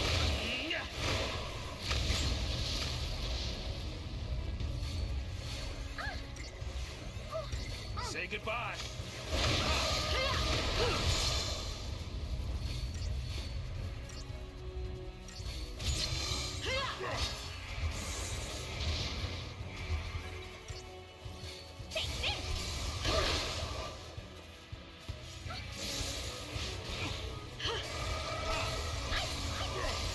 Keep forgetting I put diversity on their paradigm as a paradigm because it allows me to get some heals and Thanks.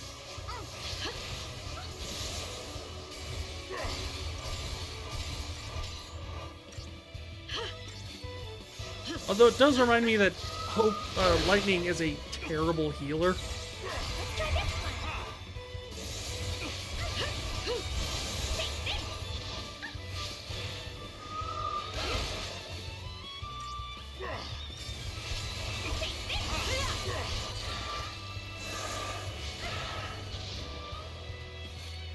Burn! Burn!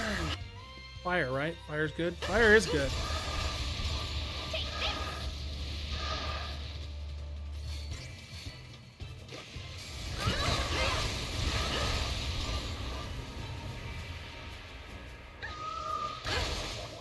But I find it interesting that we're not launching Wisdom it. does come with age.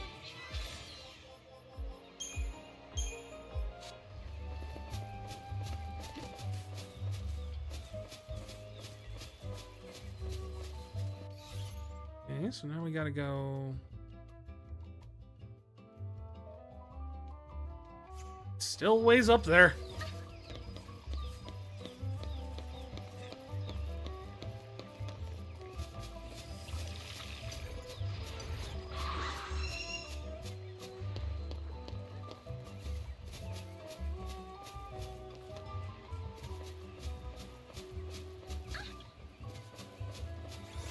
I found a ball.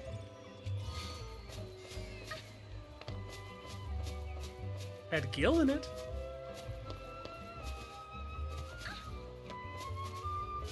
Oh man, we found some goblins.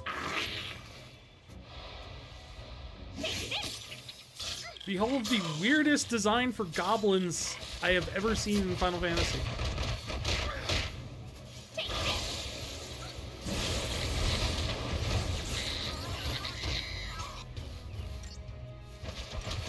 Yes, I know it says they're called munchkins, but that's just a subset of goblin. Trust me, we'll see a lot more of these guys in the second game where they're more clearly not labeled as goblinoid.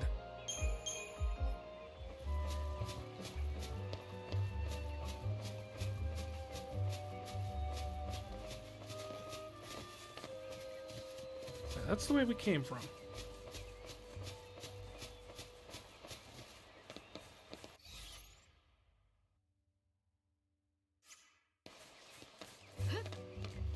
But our mark is down this way.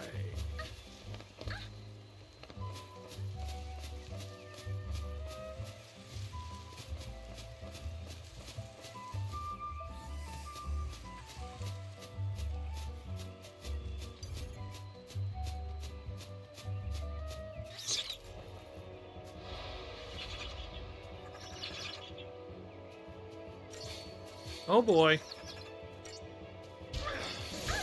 Wide open. Out of my way!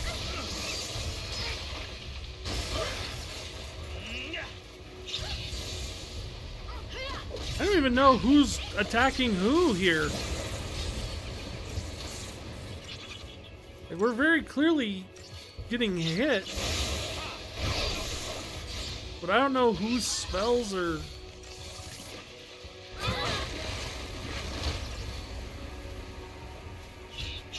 Say goodbye.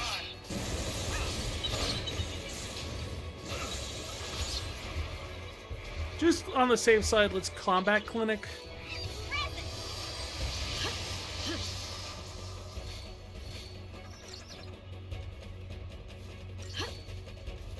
Thanks.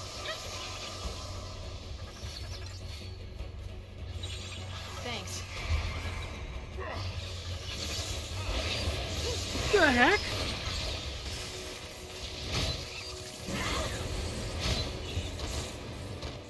I thought they were going to summon another one of their little buddies.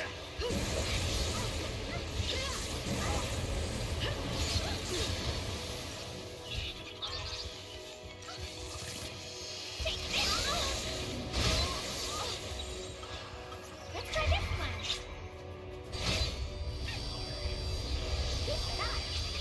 Steady like a rock. I just don't know where he came from.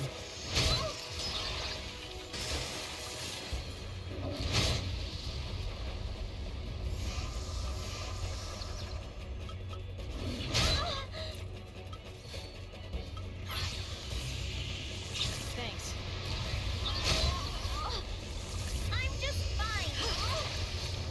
See, she keeps getting knocked up in the air, so her heels get interrupted.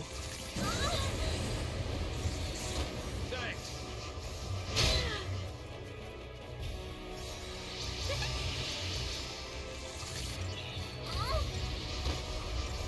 Did someone heal Vanille? The rest of you are fine.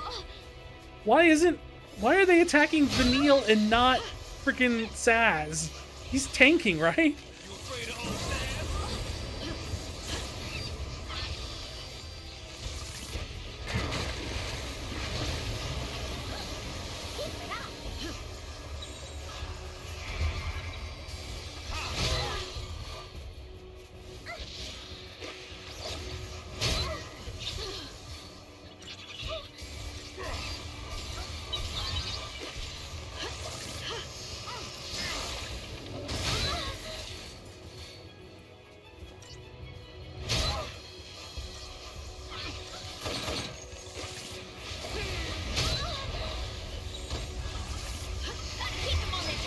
Why is this thing here? Here we go! It's just ripping us apart.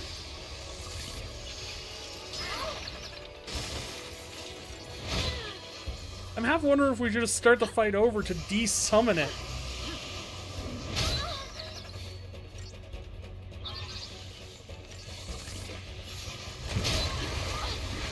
Right beside me. Let's try this one. Wide open. Take this.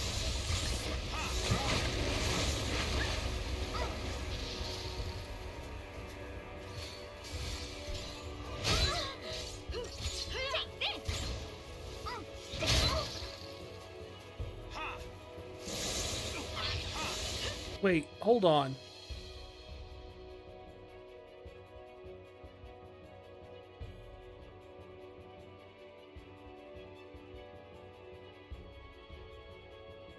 So it's immune to every... Oh, jeez.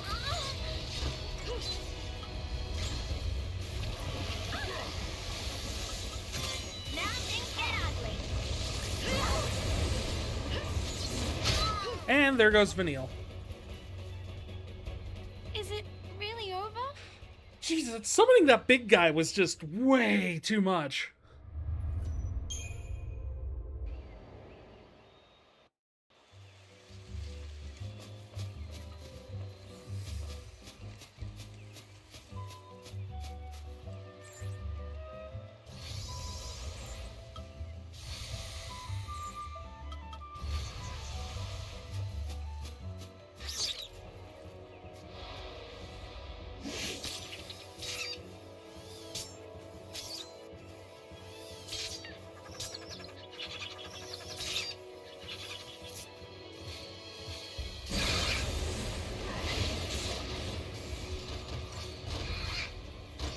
Say goodbye.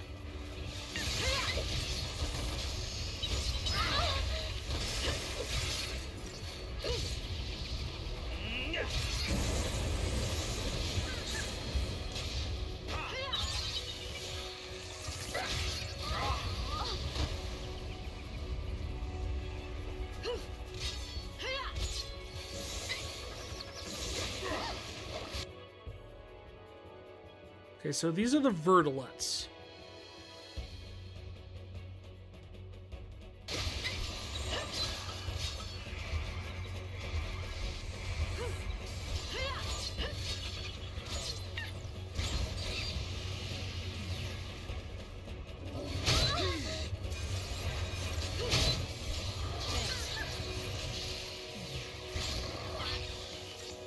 You're mine.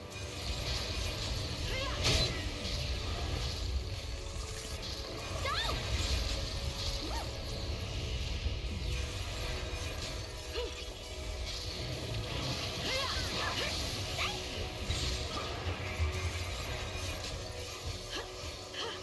Thanks. Steady like a rock. Ready, set, go!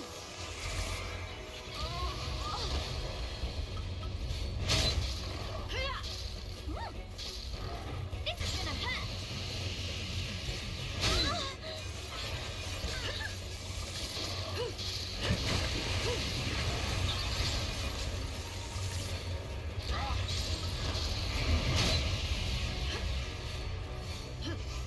Thanks.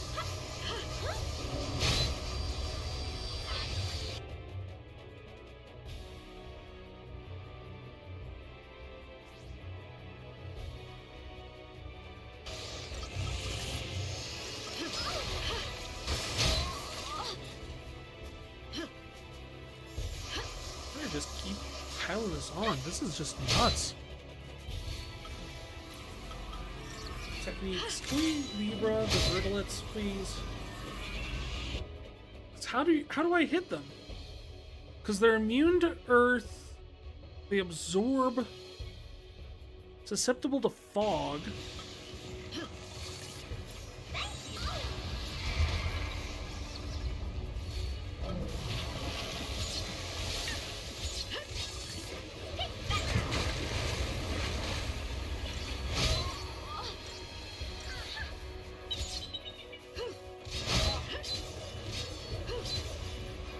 That's good to know. That changes things around a little bit.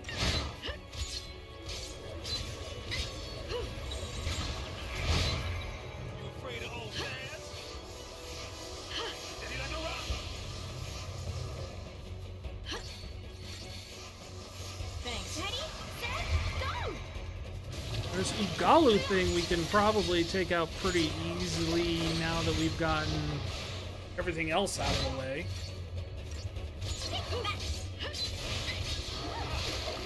Now, the hard thing with those Vertilets is they essentially render Ravagers useless.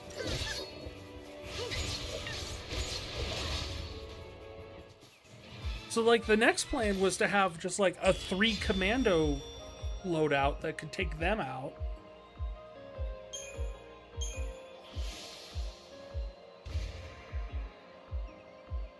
A pearl necklace.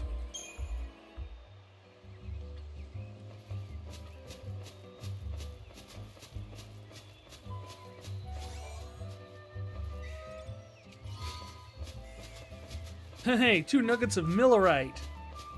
It's Millerite time.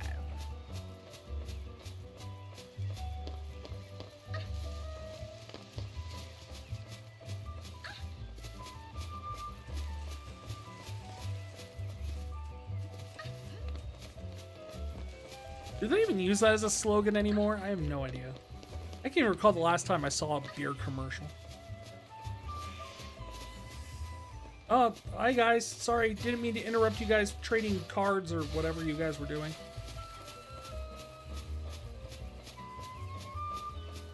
Getting ready for your roller derby.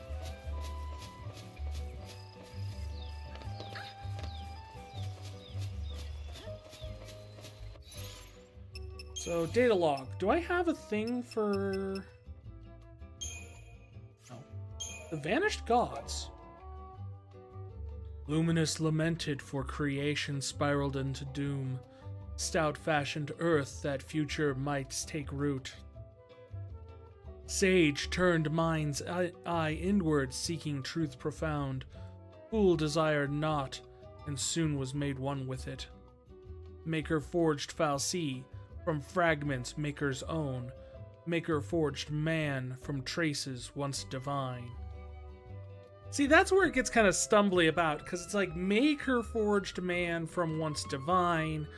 Sorta? I mean, considering the fact that humans were shaped from Etro's blood? But it wasn't the Maker that did it. It was Lindsay that did it.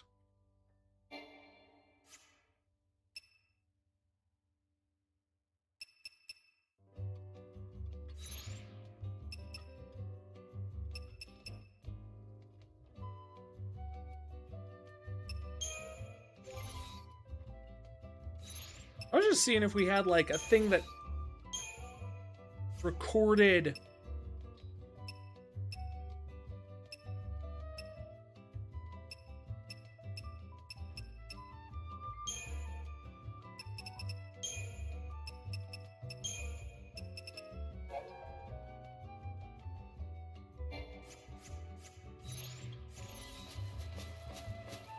like, what...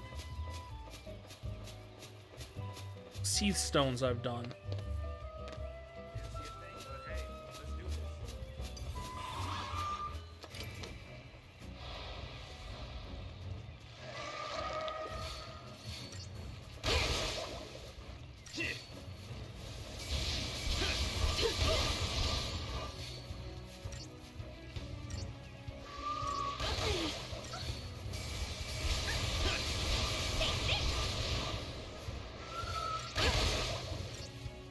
Guys hit hard.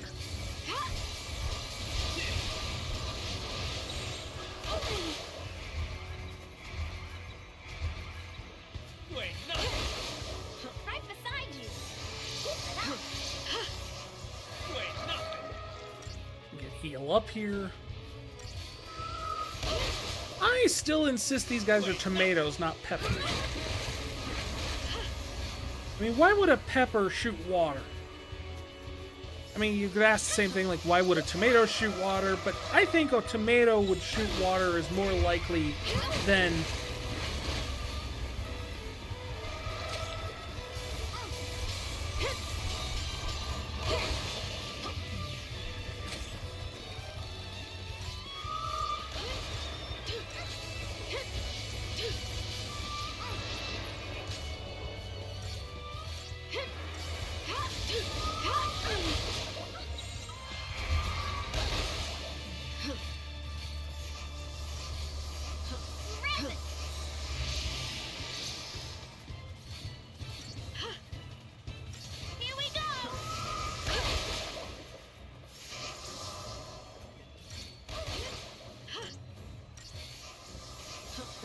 lot of luck with this. I'm counting on you.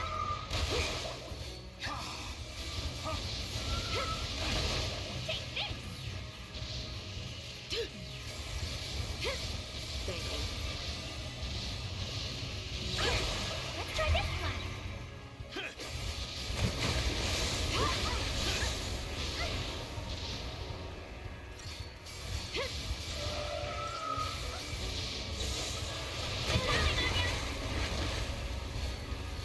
Right beside you.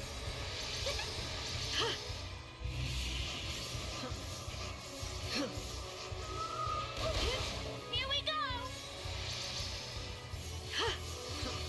Right beside you. Come on, heal up. Gotta keep them on their toes.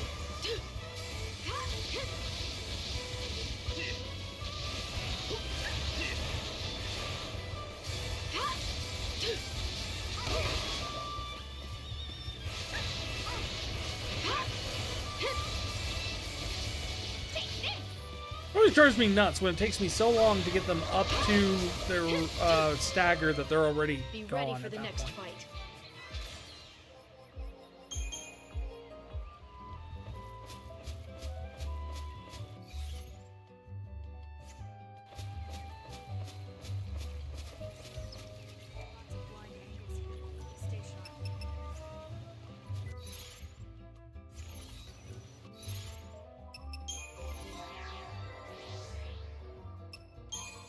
Let's see here.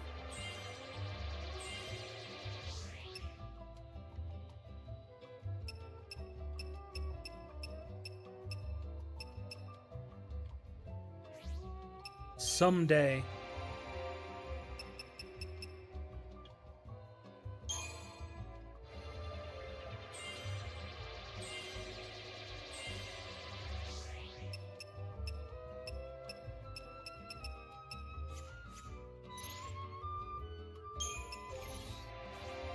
Why did I do that?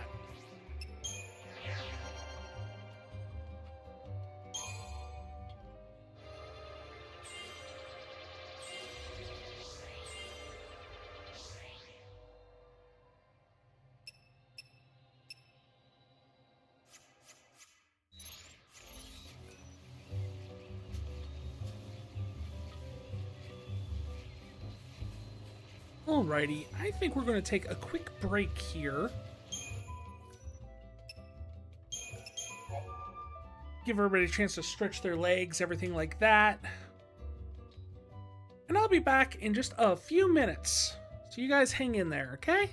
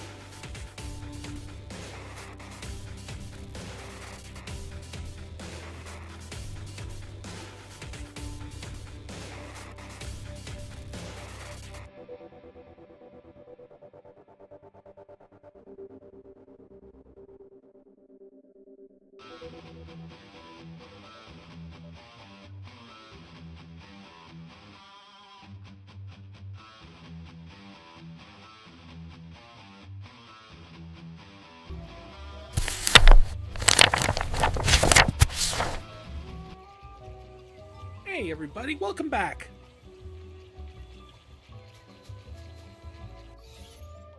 Hope you all had a good break. Get back into it. We got a long hike to go.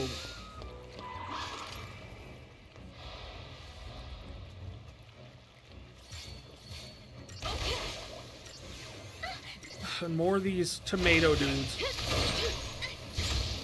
I have to wonder what the initial thought was to create the tomato dudes. Because, I mean, you have to imagine, like, these things were all created by some manner of fal'Cie at some point, right? So what was the point of creating the tomato dudes? Or were they something else at some point and they just kind of evolved into tomato dudes?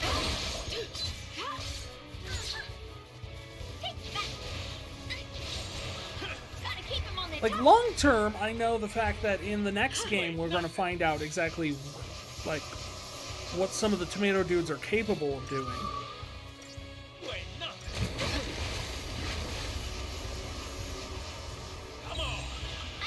But I can't imagine, like, that was an intentional, like, foresight on the part of, like, the fal'Cie.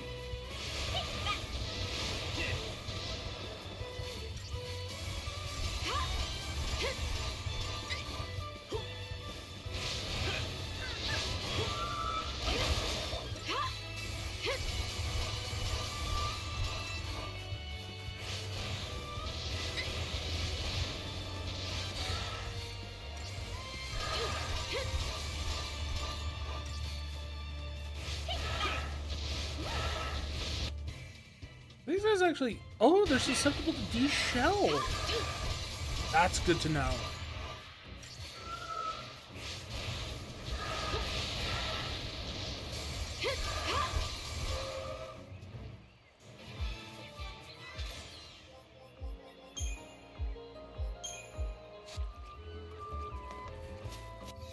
Alright, do these go to the same destination? Like, it looks like they just loop around and they both go to the same place, but I'm not 100% sure on that?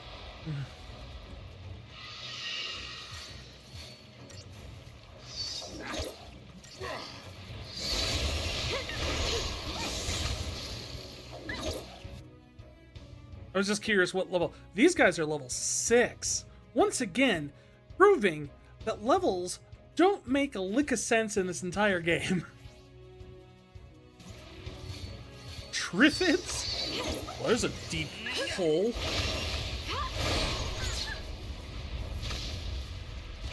Does anyone even get that reference in this day and age? I do, but that's only because I had a friend in college who was a huge fan of classic horror movies. Say goodbye.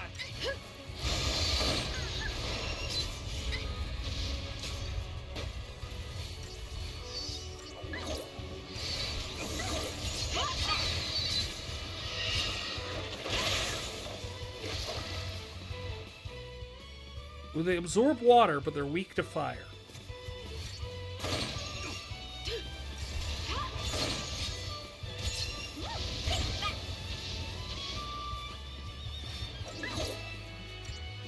For those who don't know, Triffids are from an old horror movie called Day of the Triffids. And I mean old horror movie, we're talking like possibly black and white. But there were these alien broccoli-looking things that came down and attacked. The movie was called Day of the Triffids. And this isn't the first time they've shown up in Final Fantasy, if I recall. We've had them in...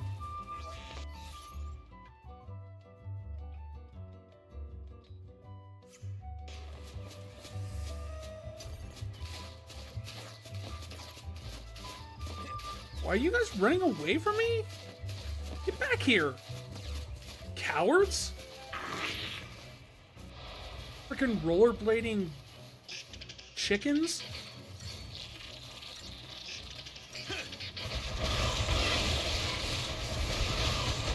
That's not how you're supposed to do it all. You're munchkins. You walk up and kick down the door and loot the room.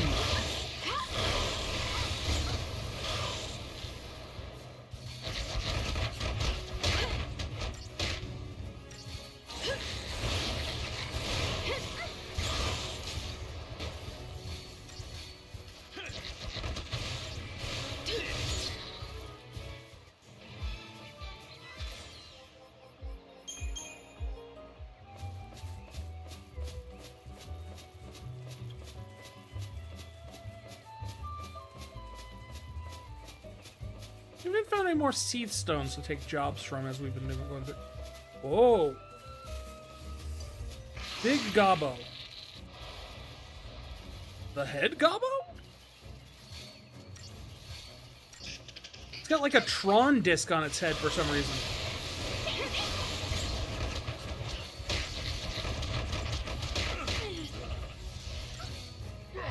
And that one just went Super Saiyan.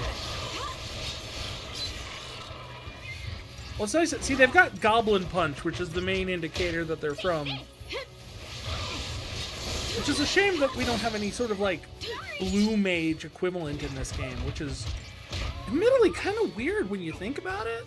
Like, even if you didn't have, like, a strict Blue Mage, Blue Magic has been, of some sort, has always been kind of a staple, in, like, for the longest time in these games.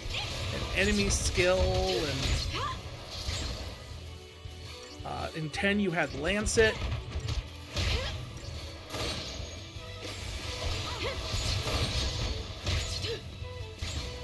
I guess 12 didn't have it. I think it had it. It would actually be a fun thing to look up. Which is there more of? Final Fantasy games with blue magic or Final Fantasy games without? I'm betting more have it. In some form.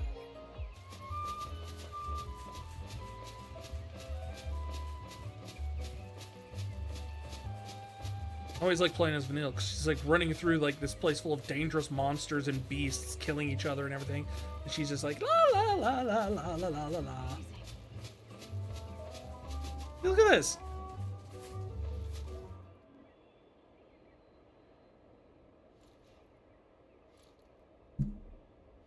You know, I gotta say, this is weird. When we were young, we were always taught that someday we'd be attacked by the demons of Cocoon. And look at us now, waltzing back into Erba, with the very people we were chosen to take up arms against. Yeah, back then we never would have helped you guys. Oh, Well, right. Back then is when you got your first focus, so... right. We already talked a bit about that, huh? A little bit. Must have been centuries ago now, when me and Fang joined the battle against Cocoon. Back when this During place the actually fight, used to see I became a city. Ragnarok and cracked Cocoon's shell. Yeah, so they're the ones who broke Cocoon. That must have been hard on you going through that. The memories, they're all pretty fuzzy. Cocoon's version of the War of Transgression must have been built up around what you two did. I didn't do anything. I just got turned to crystal, and I can't even remember why that happened. Don't even have the memories to show for it. It's all my fault. So many people died because of me. I can't remember exactly what Vanille's what the actual truth behind Vanille is. It's Those souls can rest. like, is she lying about turning into Ragnarok? Did she make Fang turn into Ragnarok because she was scared to? And that's why Fang doesn't remember any of this? Her memories are fuzzy. Vanille's aren't. She's just kind of like, I don't want to really get into it.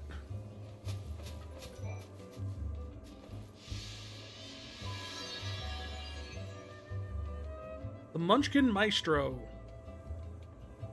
I'm charged with sailing a Munchkin Maestro, but I just killed it.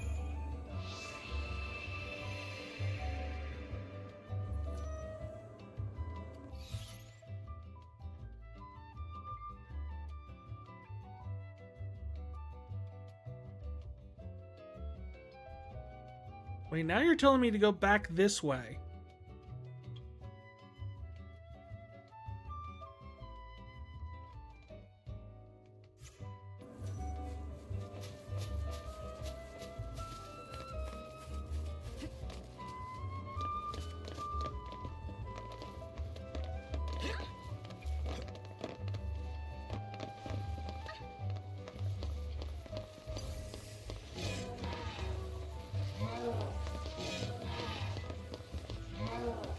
Somehow I keep dodging these things.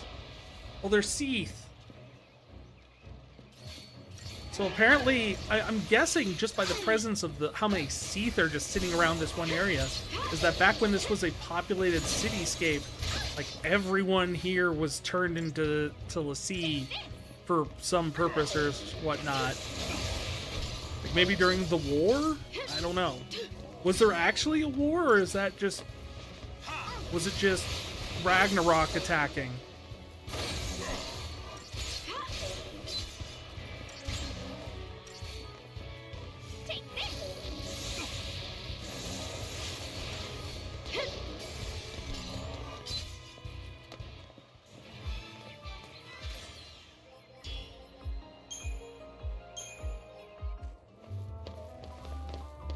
Hey, at least we 5-starred that completely meaningless battle.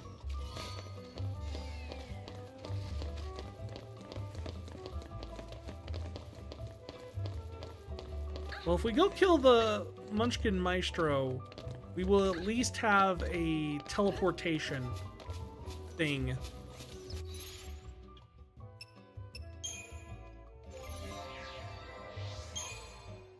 Hey, not... there.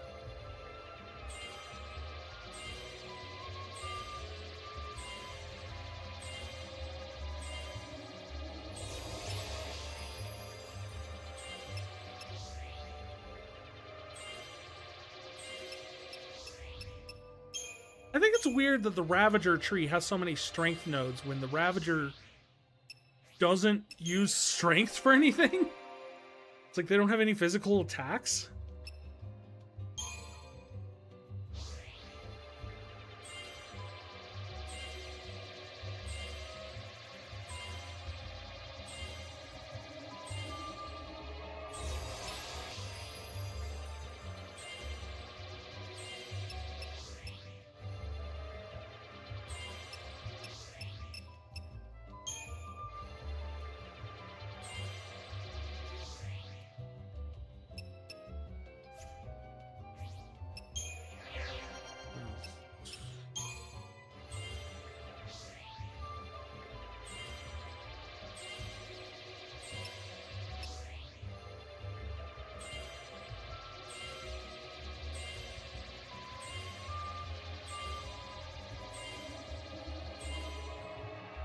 There. This one will not get me that quite yet.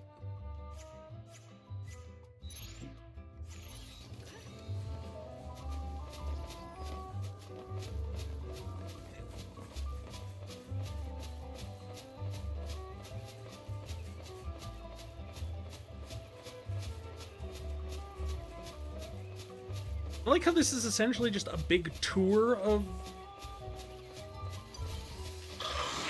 Pulse, where like we're just going from random spot to random spot for little cutscenes. So was this guy not count as part of the? Because all of the mission statement said is, you know, I had a mission to kill a Munchkin Maestro, right? So, not a specific one? So maybe this is what'll work, and we'll just get a mission complete after I fight this thing.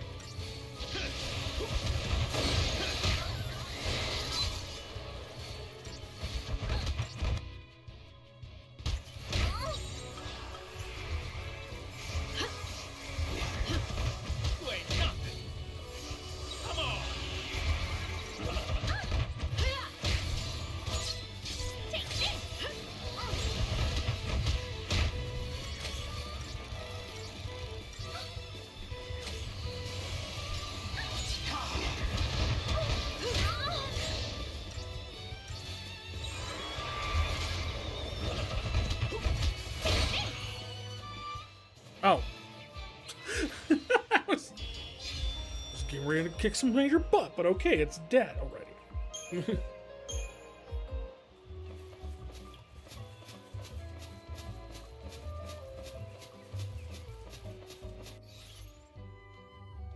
Well, no, I guess it didn't take credit for that one.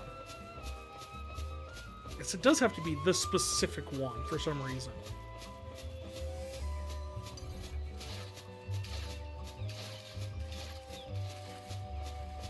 Yeah, they slid right up to me, and they're still just kind of like, nope, not messing with you.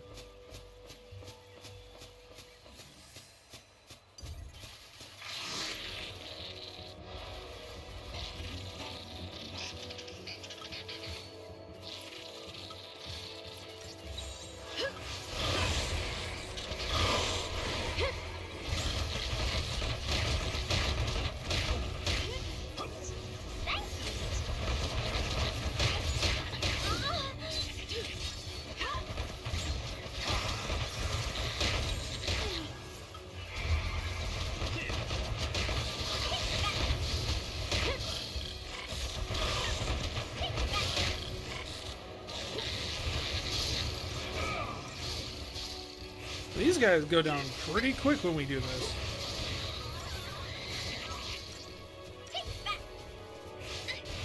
Oh good, we put paint on him, so now he can't attack us.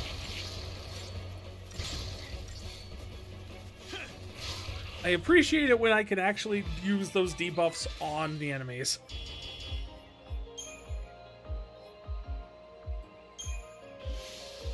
Mission complete! The Fulman Ring.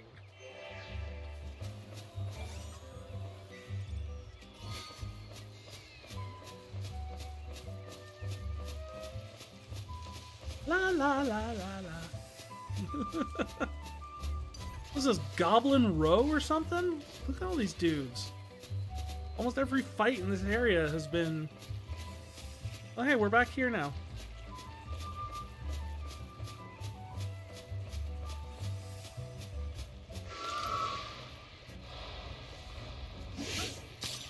Let's say that better be a preemptive strike.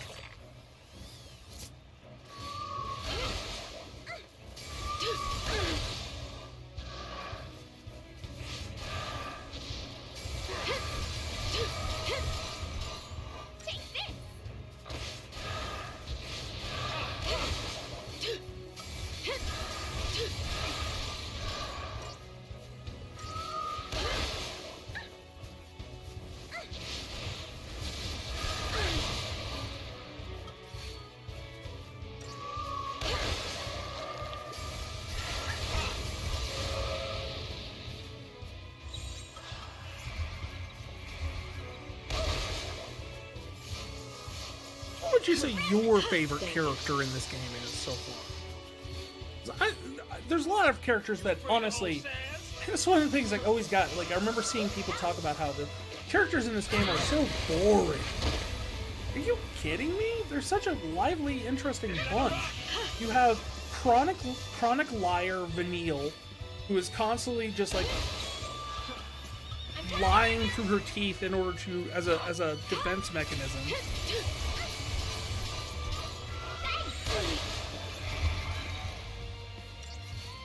You have Sass, who's just the weary old man character who just, you know, he's done with all of this, ain't gonna help none and everything. I just want to get back and spend some time with my boy. You've got Lightning, who is essentially puts up a stone-cold wall of a personality just to avoid having to deal with all of the emotions of losing their parents and now her sister. Like, she does what she does. She goes into soldier mode.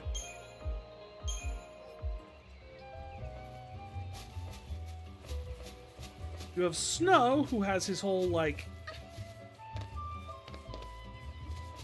hero mode defense mechanism where he essentially tries to hide his fears behind looking brave and being the cool hero guy. Despite the fact that he's behind it, he lets slip that he's kind of just like, oh god, I have so screwed up.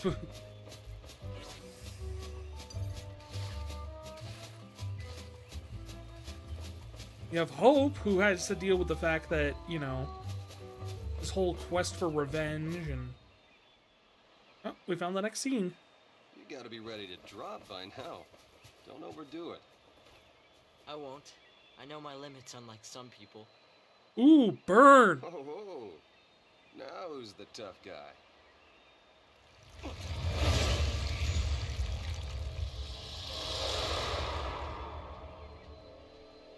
What was that? A Grand Pulse Fal'Cie. Used to see it flying around all the time. We call him Jeff. And they said it had a home, somewhere near Erba. So that's good news, right? If we stay on its tail, we should end up in your village. Let's follow it. Right. New mission. Catch Jeff.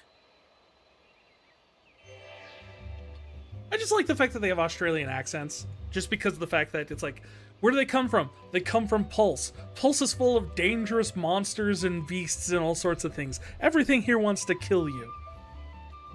Yeah, they're from Australia. Isn't that the joke stereotype about Australia?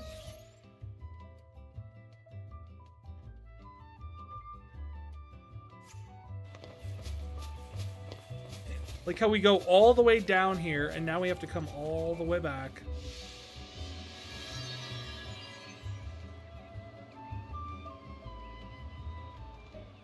So I am to rid the world of Edimu. Last I heard it was prowling the basin.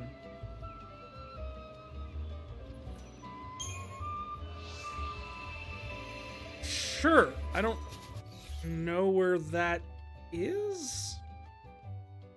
Up there somewhere, I guess.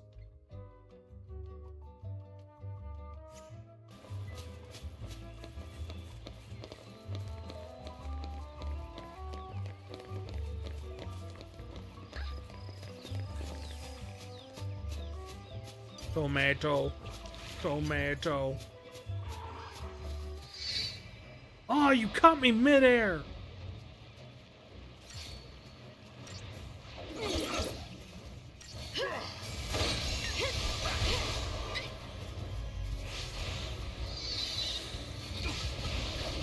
Alright, let's try and take out the Triffids first, shall we? Say goodbye.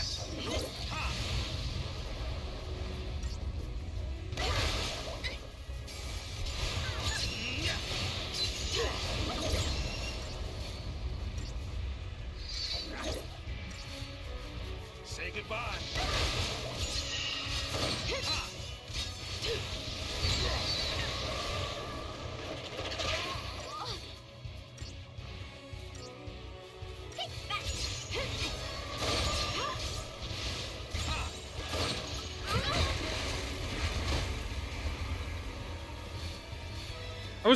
That camera angle made me wonder, like, if it was like a game over right there or not.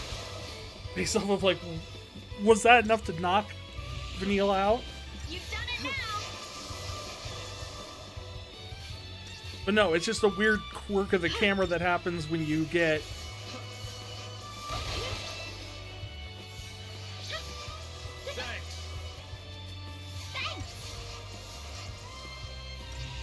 Does no one want to try and Asuna me?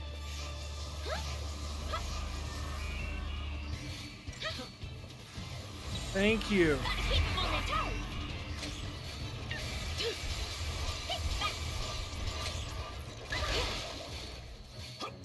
Thank you. What would it take to replace one of the voice files in this game? I wonder. Can we get, like, Lightning saying thank you replaced with Beetle from Legend of Zelda? Here you go! Thank you! I'd love it.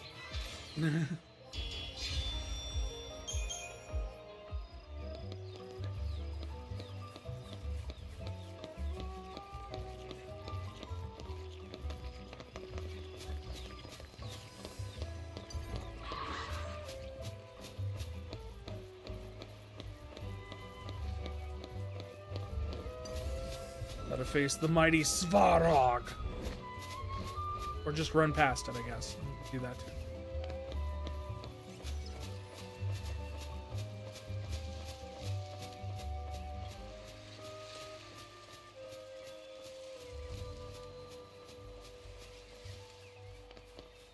We're going somewhere.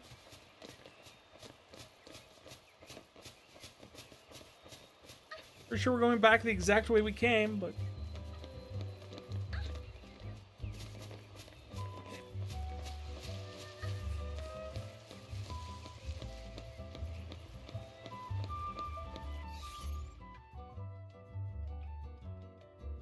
Okay, well, there's the mission.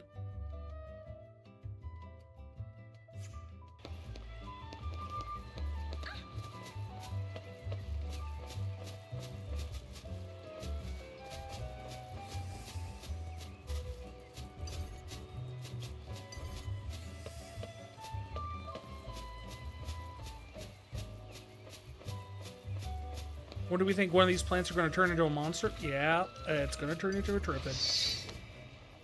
They like to hide on me. Sneaky little things.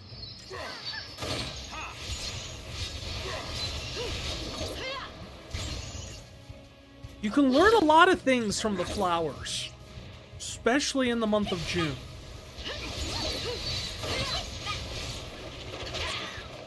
Currently the end of July. Sure, it's just, you know, the thought that counts.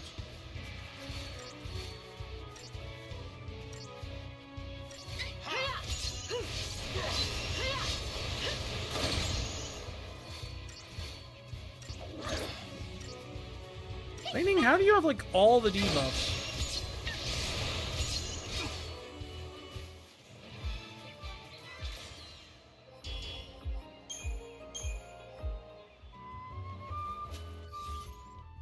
Wait, what? Oh, I went the wrong way. Always going the wrong way.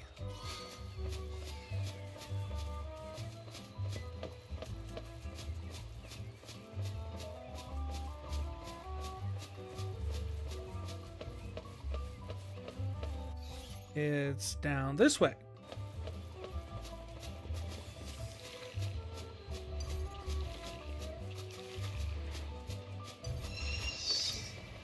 That's a lot of Trifid. Time to make a salad. Wide open.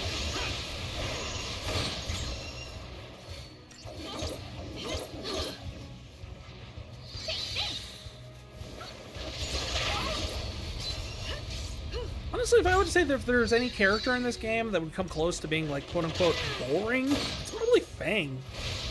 It's like, the only thing she's really got going is she's got, like, kind of got, like, a cool attitude, and she's really protective of Vanille.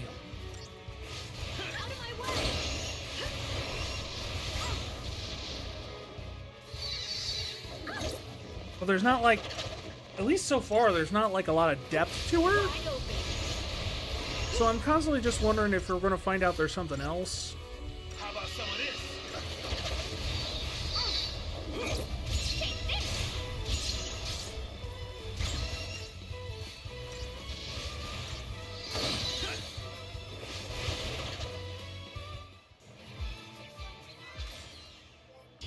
Like, she's got this just roll with it attitude that I find very interesting, but it's one of those things where it's like, I want to know if there's something behind that or what brings that to the forefront. This mentality of just kind of like, all right, well, let's see. Well, we're just going to roll with it. We're supposed to destroy a Cocoon. Okay, we'll just do that.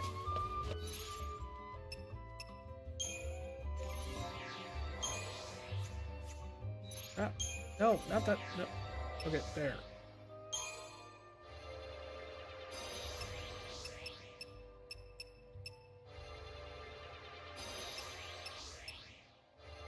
Beer siphon.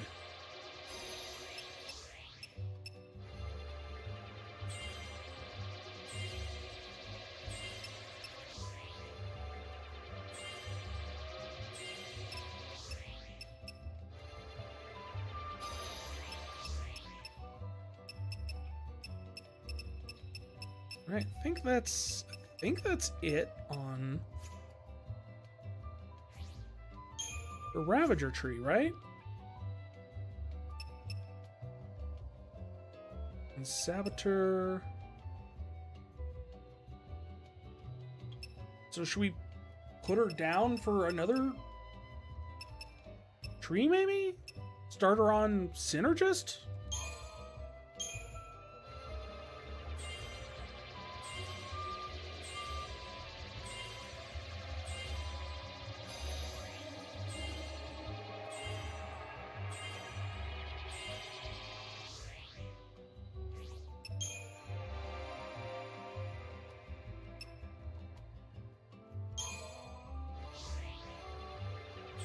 Yeah, accessory slot. That's the most important thing.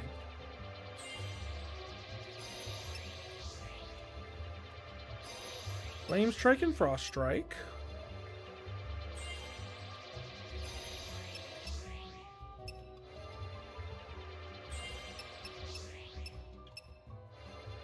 That's the thing I don't get with, like, lightning is...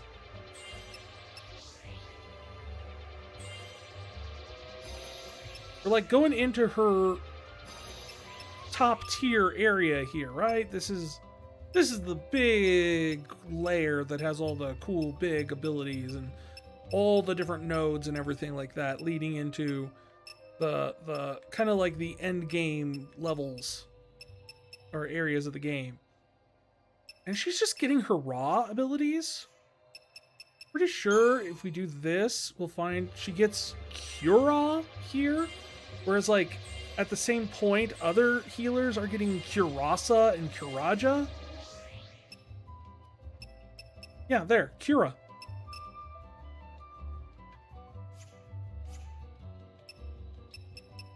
Her three basic trees are such a jack of all trades, master of none, because she doesn't get any of, like, the Ga abilities, really.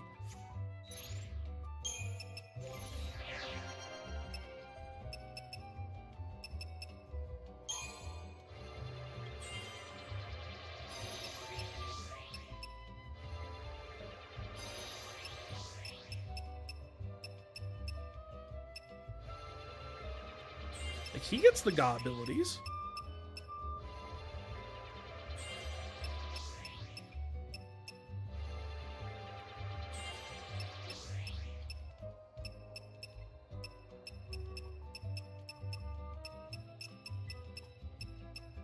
So, like, out of the three basic core jobs or roles that Lightning can have,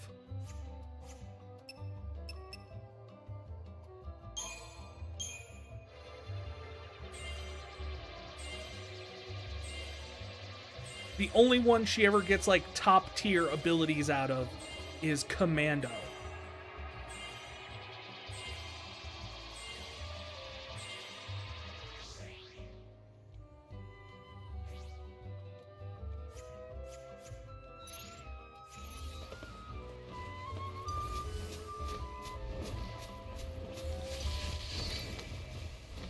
Who am I fighting? I don't know who just attacked me.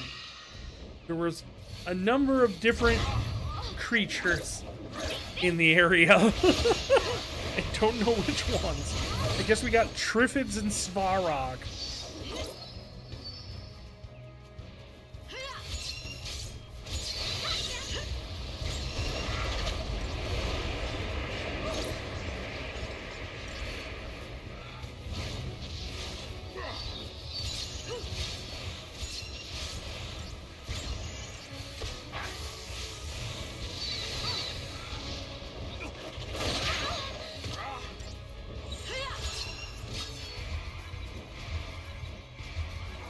No one gets Asunga.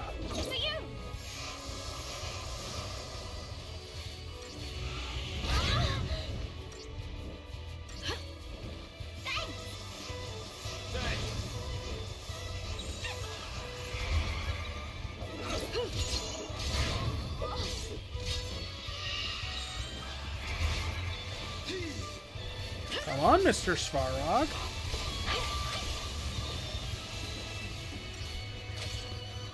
You're having no luck. Thanks.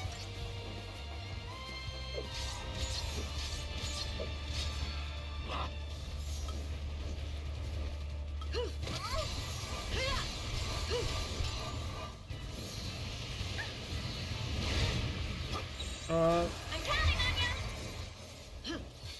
Keep it up. Yeah, please heal me. That was cutting it way too close.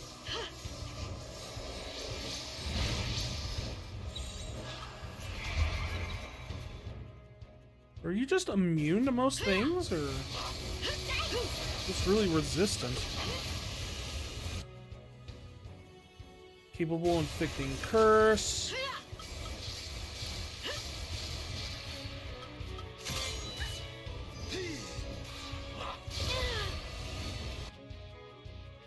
Capable of inflicting flog. So really it's just ice magic. It's like it's not immune to most of things.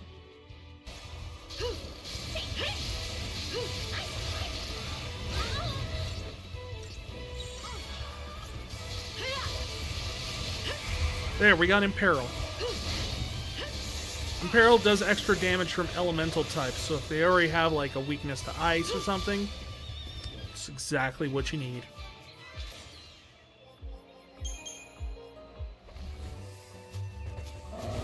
Please, no.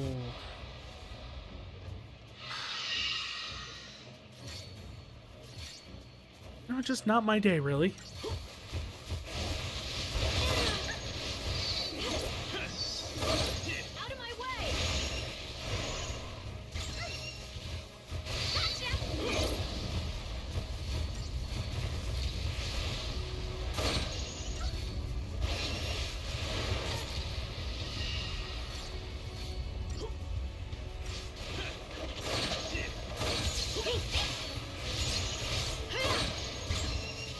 So on top of everything, and dealing with a Svarog, we also...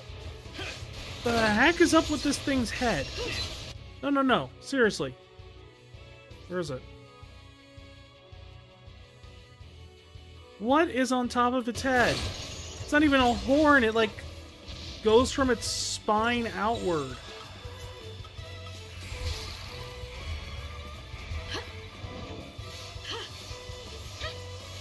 Thanks.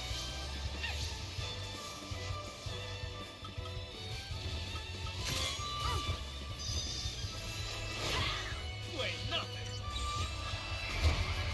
Huh.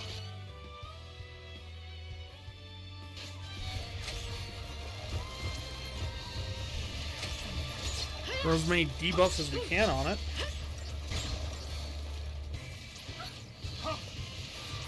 Thanks.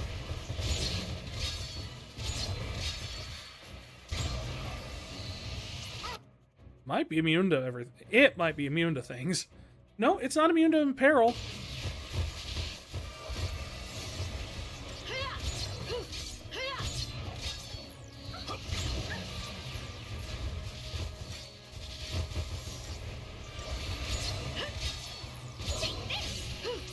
just hard to get him to stick.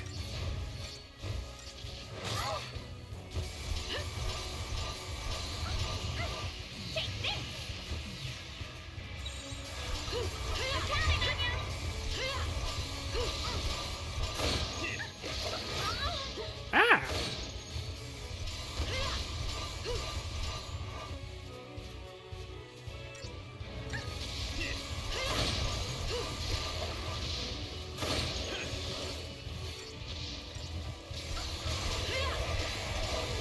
Oh, this. He stood up. Uh-oh.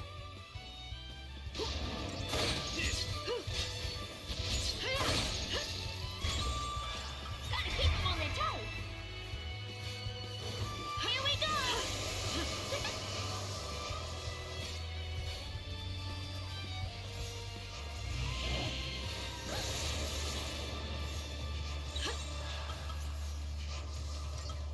Let's try this plan.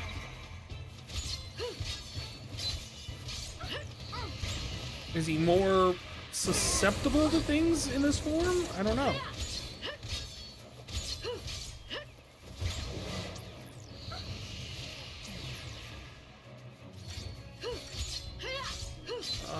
Doesn't seem to be. Take this. I'm counting on you.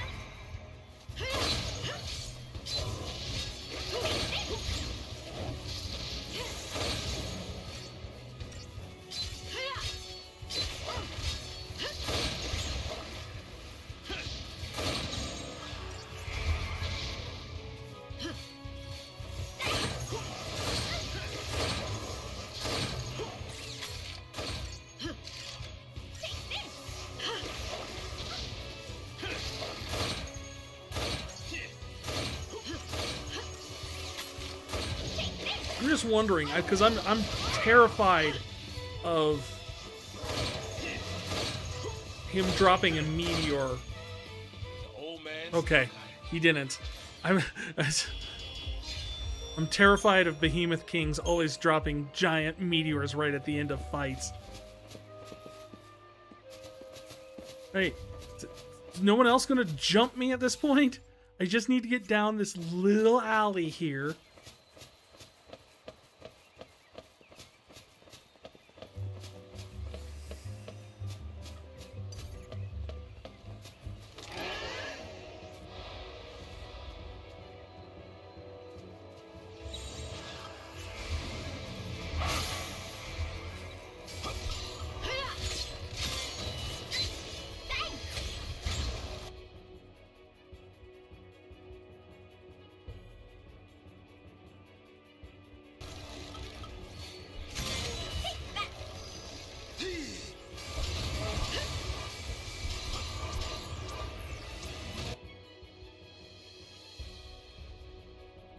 He's immune to death, stop, and poison.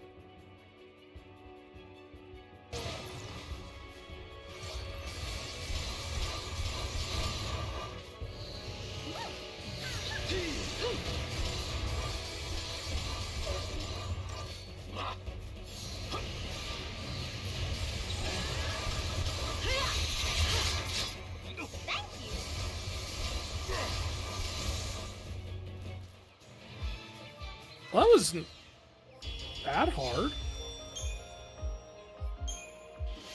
Didn't get any of the cool drops, though. Because he could have dropped, like, nibble toes and... Man, that got me... Well, that got me an achievement. It says complete all the low-level Seath missions.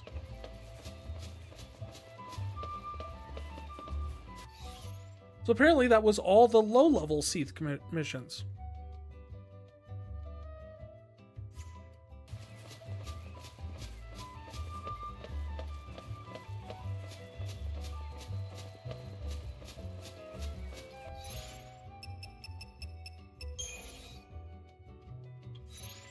I find it weird that there's no...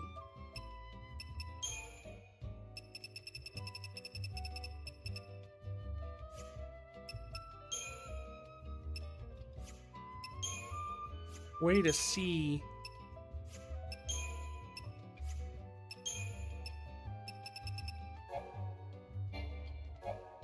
Teeth stone progress.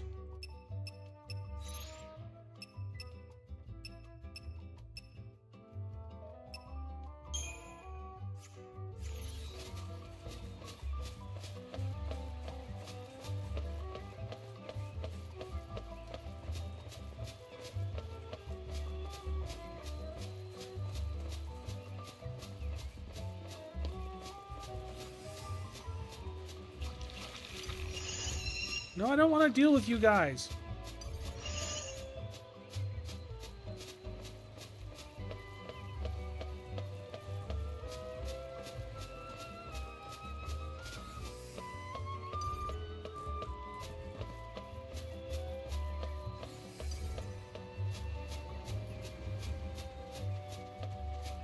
I mean, you guys are just creepy. Don't like you. Not at all.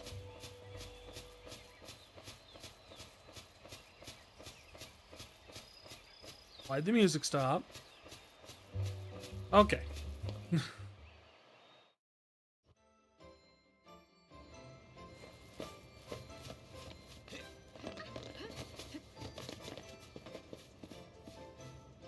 Action-packed entrance.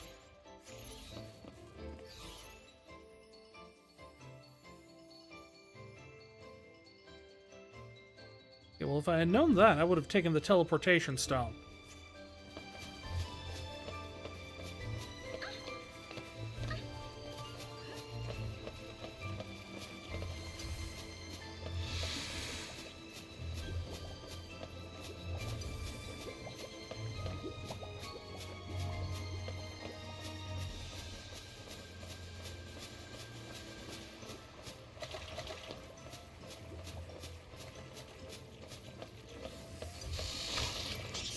Yeah, there was no getting past that one.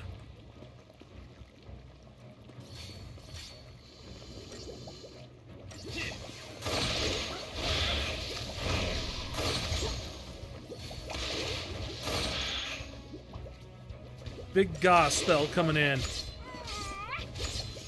How about some of this?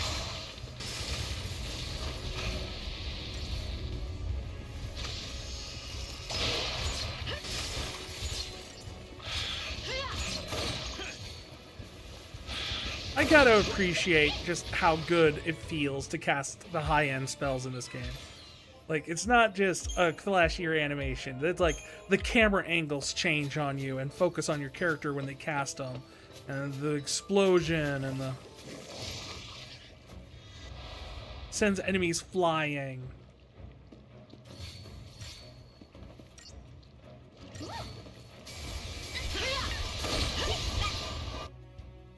Are you susceptible to anything? Susceptible to slow? Really?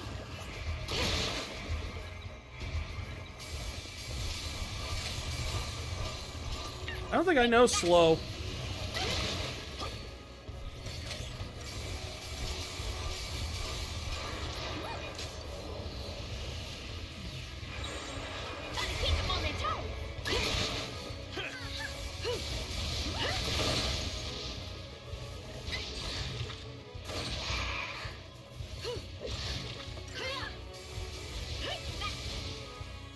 That's how it's done.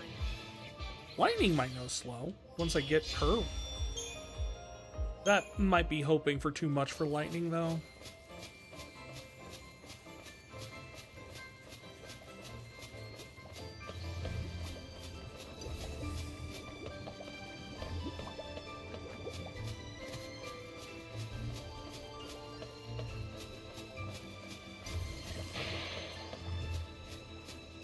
And somehow I dodged that. I don't even know how that works. And again, I don't know how that works most of the time.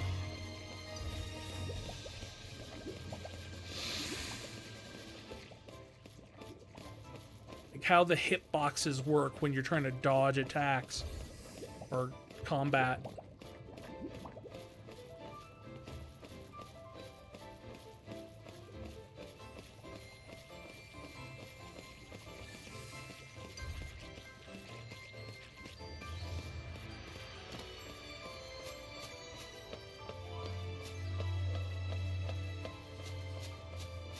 Look, it's like some sort of oasis with a crashed airship. Wait a minute.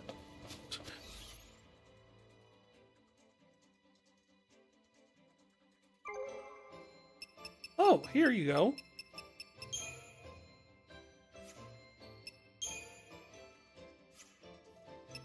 Wow, somehow I've done them all in order.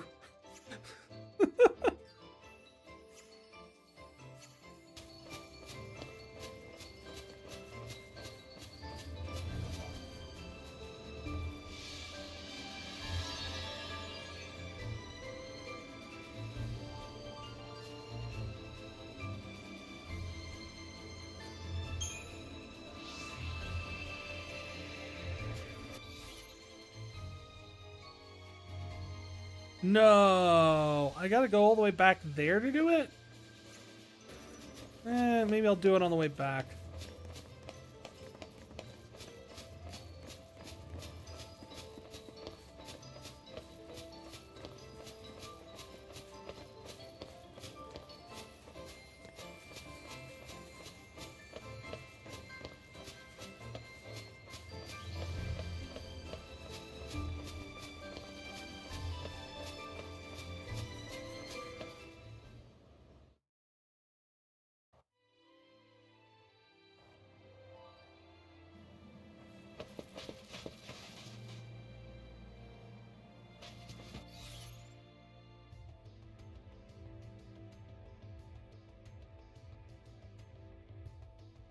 Now we got to get all the way over there.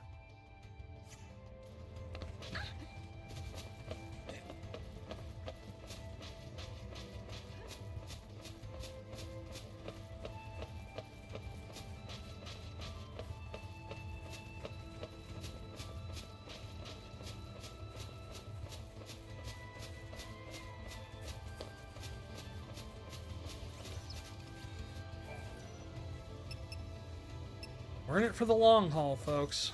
We're going to keep trucking all the way across. Kind of feels like Death Stranding in a way, doesn't it? I don't know what that is either. Like a T or a J or something on a ball? Indicating north? Is that where like Cocoon is? Wait, let me see. It would be... Yeah, it actually might be where Cocoon is. That definitely seems to be the direction. But that's going to be for next time. Because it's late for me and I've got to get up and do work in the morning. What I might do is some off-stream grinding. Trying to get everyone's abilities and trees boosted up and stuff like that. Maybe try and upgrade some weapons. Trying to get that whole thing rolling so we could have, you know, decent weapons for stuff.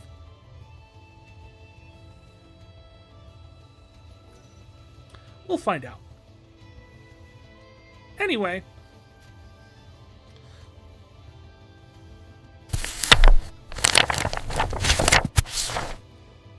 I want to say thank you all for stopping in, hanging out with me. So we try and get through Final Fantasy XIII, this big open area, Chapter 11, the big one, as we call it. Give you an idea of like what Seath Stones are like. They're essentially just hunt board missions from 12, but a little bit more roundabout, and you can only do one at a time. That's the worst part about it. But yeah, I want to thank you, whether you were hanging out, whether you were chatting, whether you were lurking, whether you were watching the VOD, whether you were hanging out with us live. You guys are awesome. I really appreciate you having here. I'm in the process currently of trying to get a new YouTube channel up and running that has a lot of more of the edited works instead of the full VOD type of stuff, which is slowly kind of what my channel has kind of turned into. It's just kind of like the VODs and everything like that, broken up a little bit, but still VODs, not really edited. But I am working on trying to get some edited content down and put together and put out onto this new channel. I'm going to be announcing it hopefully as soon as we get enough videos kind of stuff. I kind of want to have like a few of the edited gameplay videos where it's just the kind of like the whole snarky story kind of styles. So it's going to be like the whole snarky story, but slightly changed up and everything like that. We're trying to do a few things. I'm trying to look up like how to optimize SEO and stuff like that for YouTube and stuff like that. Yeah, crazy to chase it, I know, but still, I think I can do better than, 10 views on a video for after 3 years or whatever. I think I'd like to believe my stuff is better quality than that. It just needs to get found more. And I think I'm working on trying to find a good way to do that. Whether I succeed or not, I don't know. But I'm going to try.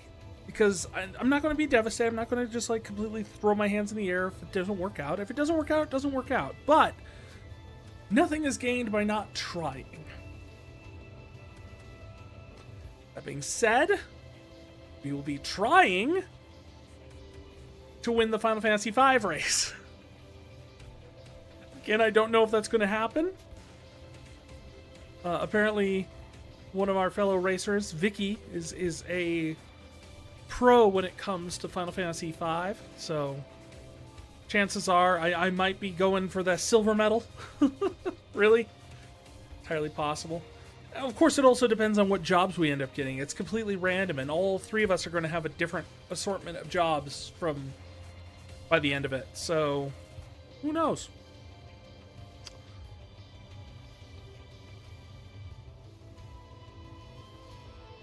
That said, I'll see you on Sunday for that race. I'm going to keep working away on this. And I want to thank you guys so much for hanging out and having fun. I had a blast. And yeah, the VODs, if you haven't had a chance yet, check out the VODs from last Chaos Sunday.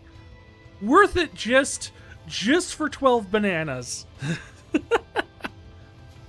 And I'll have the cut up like individual game bits on the YouTube channel hopefully soon. So that's it. Let's see, people on Twitch. Let's see if we can find someone to raid tonight. It's been a while since we've had a good raid.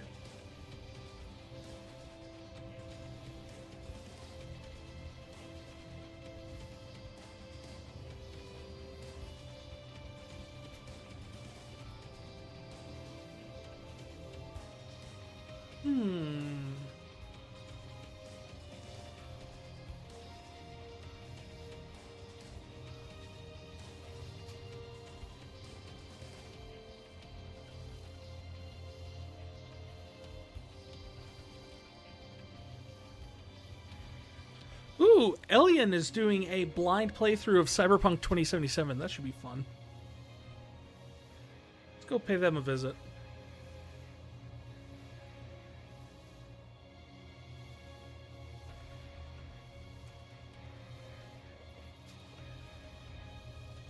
Otherwise, I'll see you all on Sunday.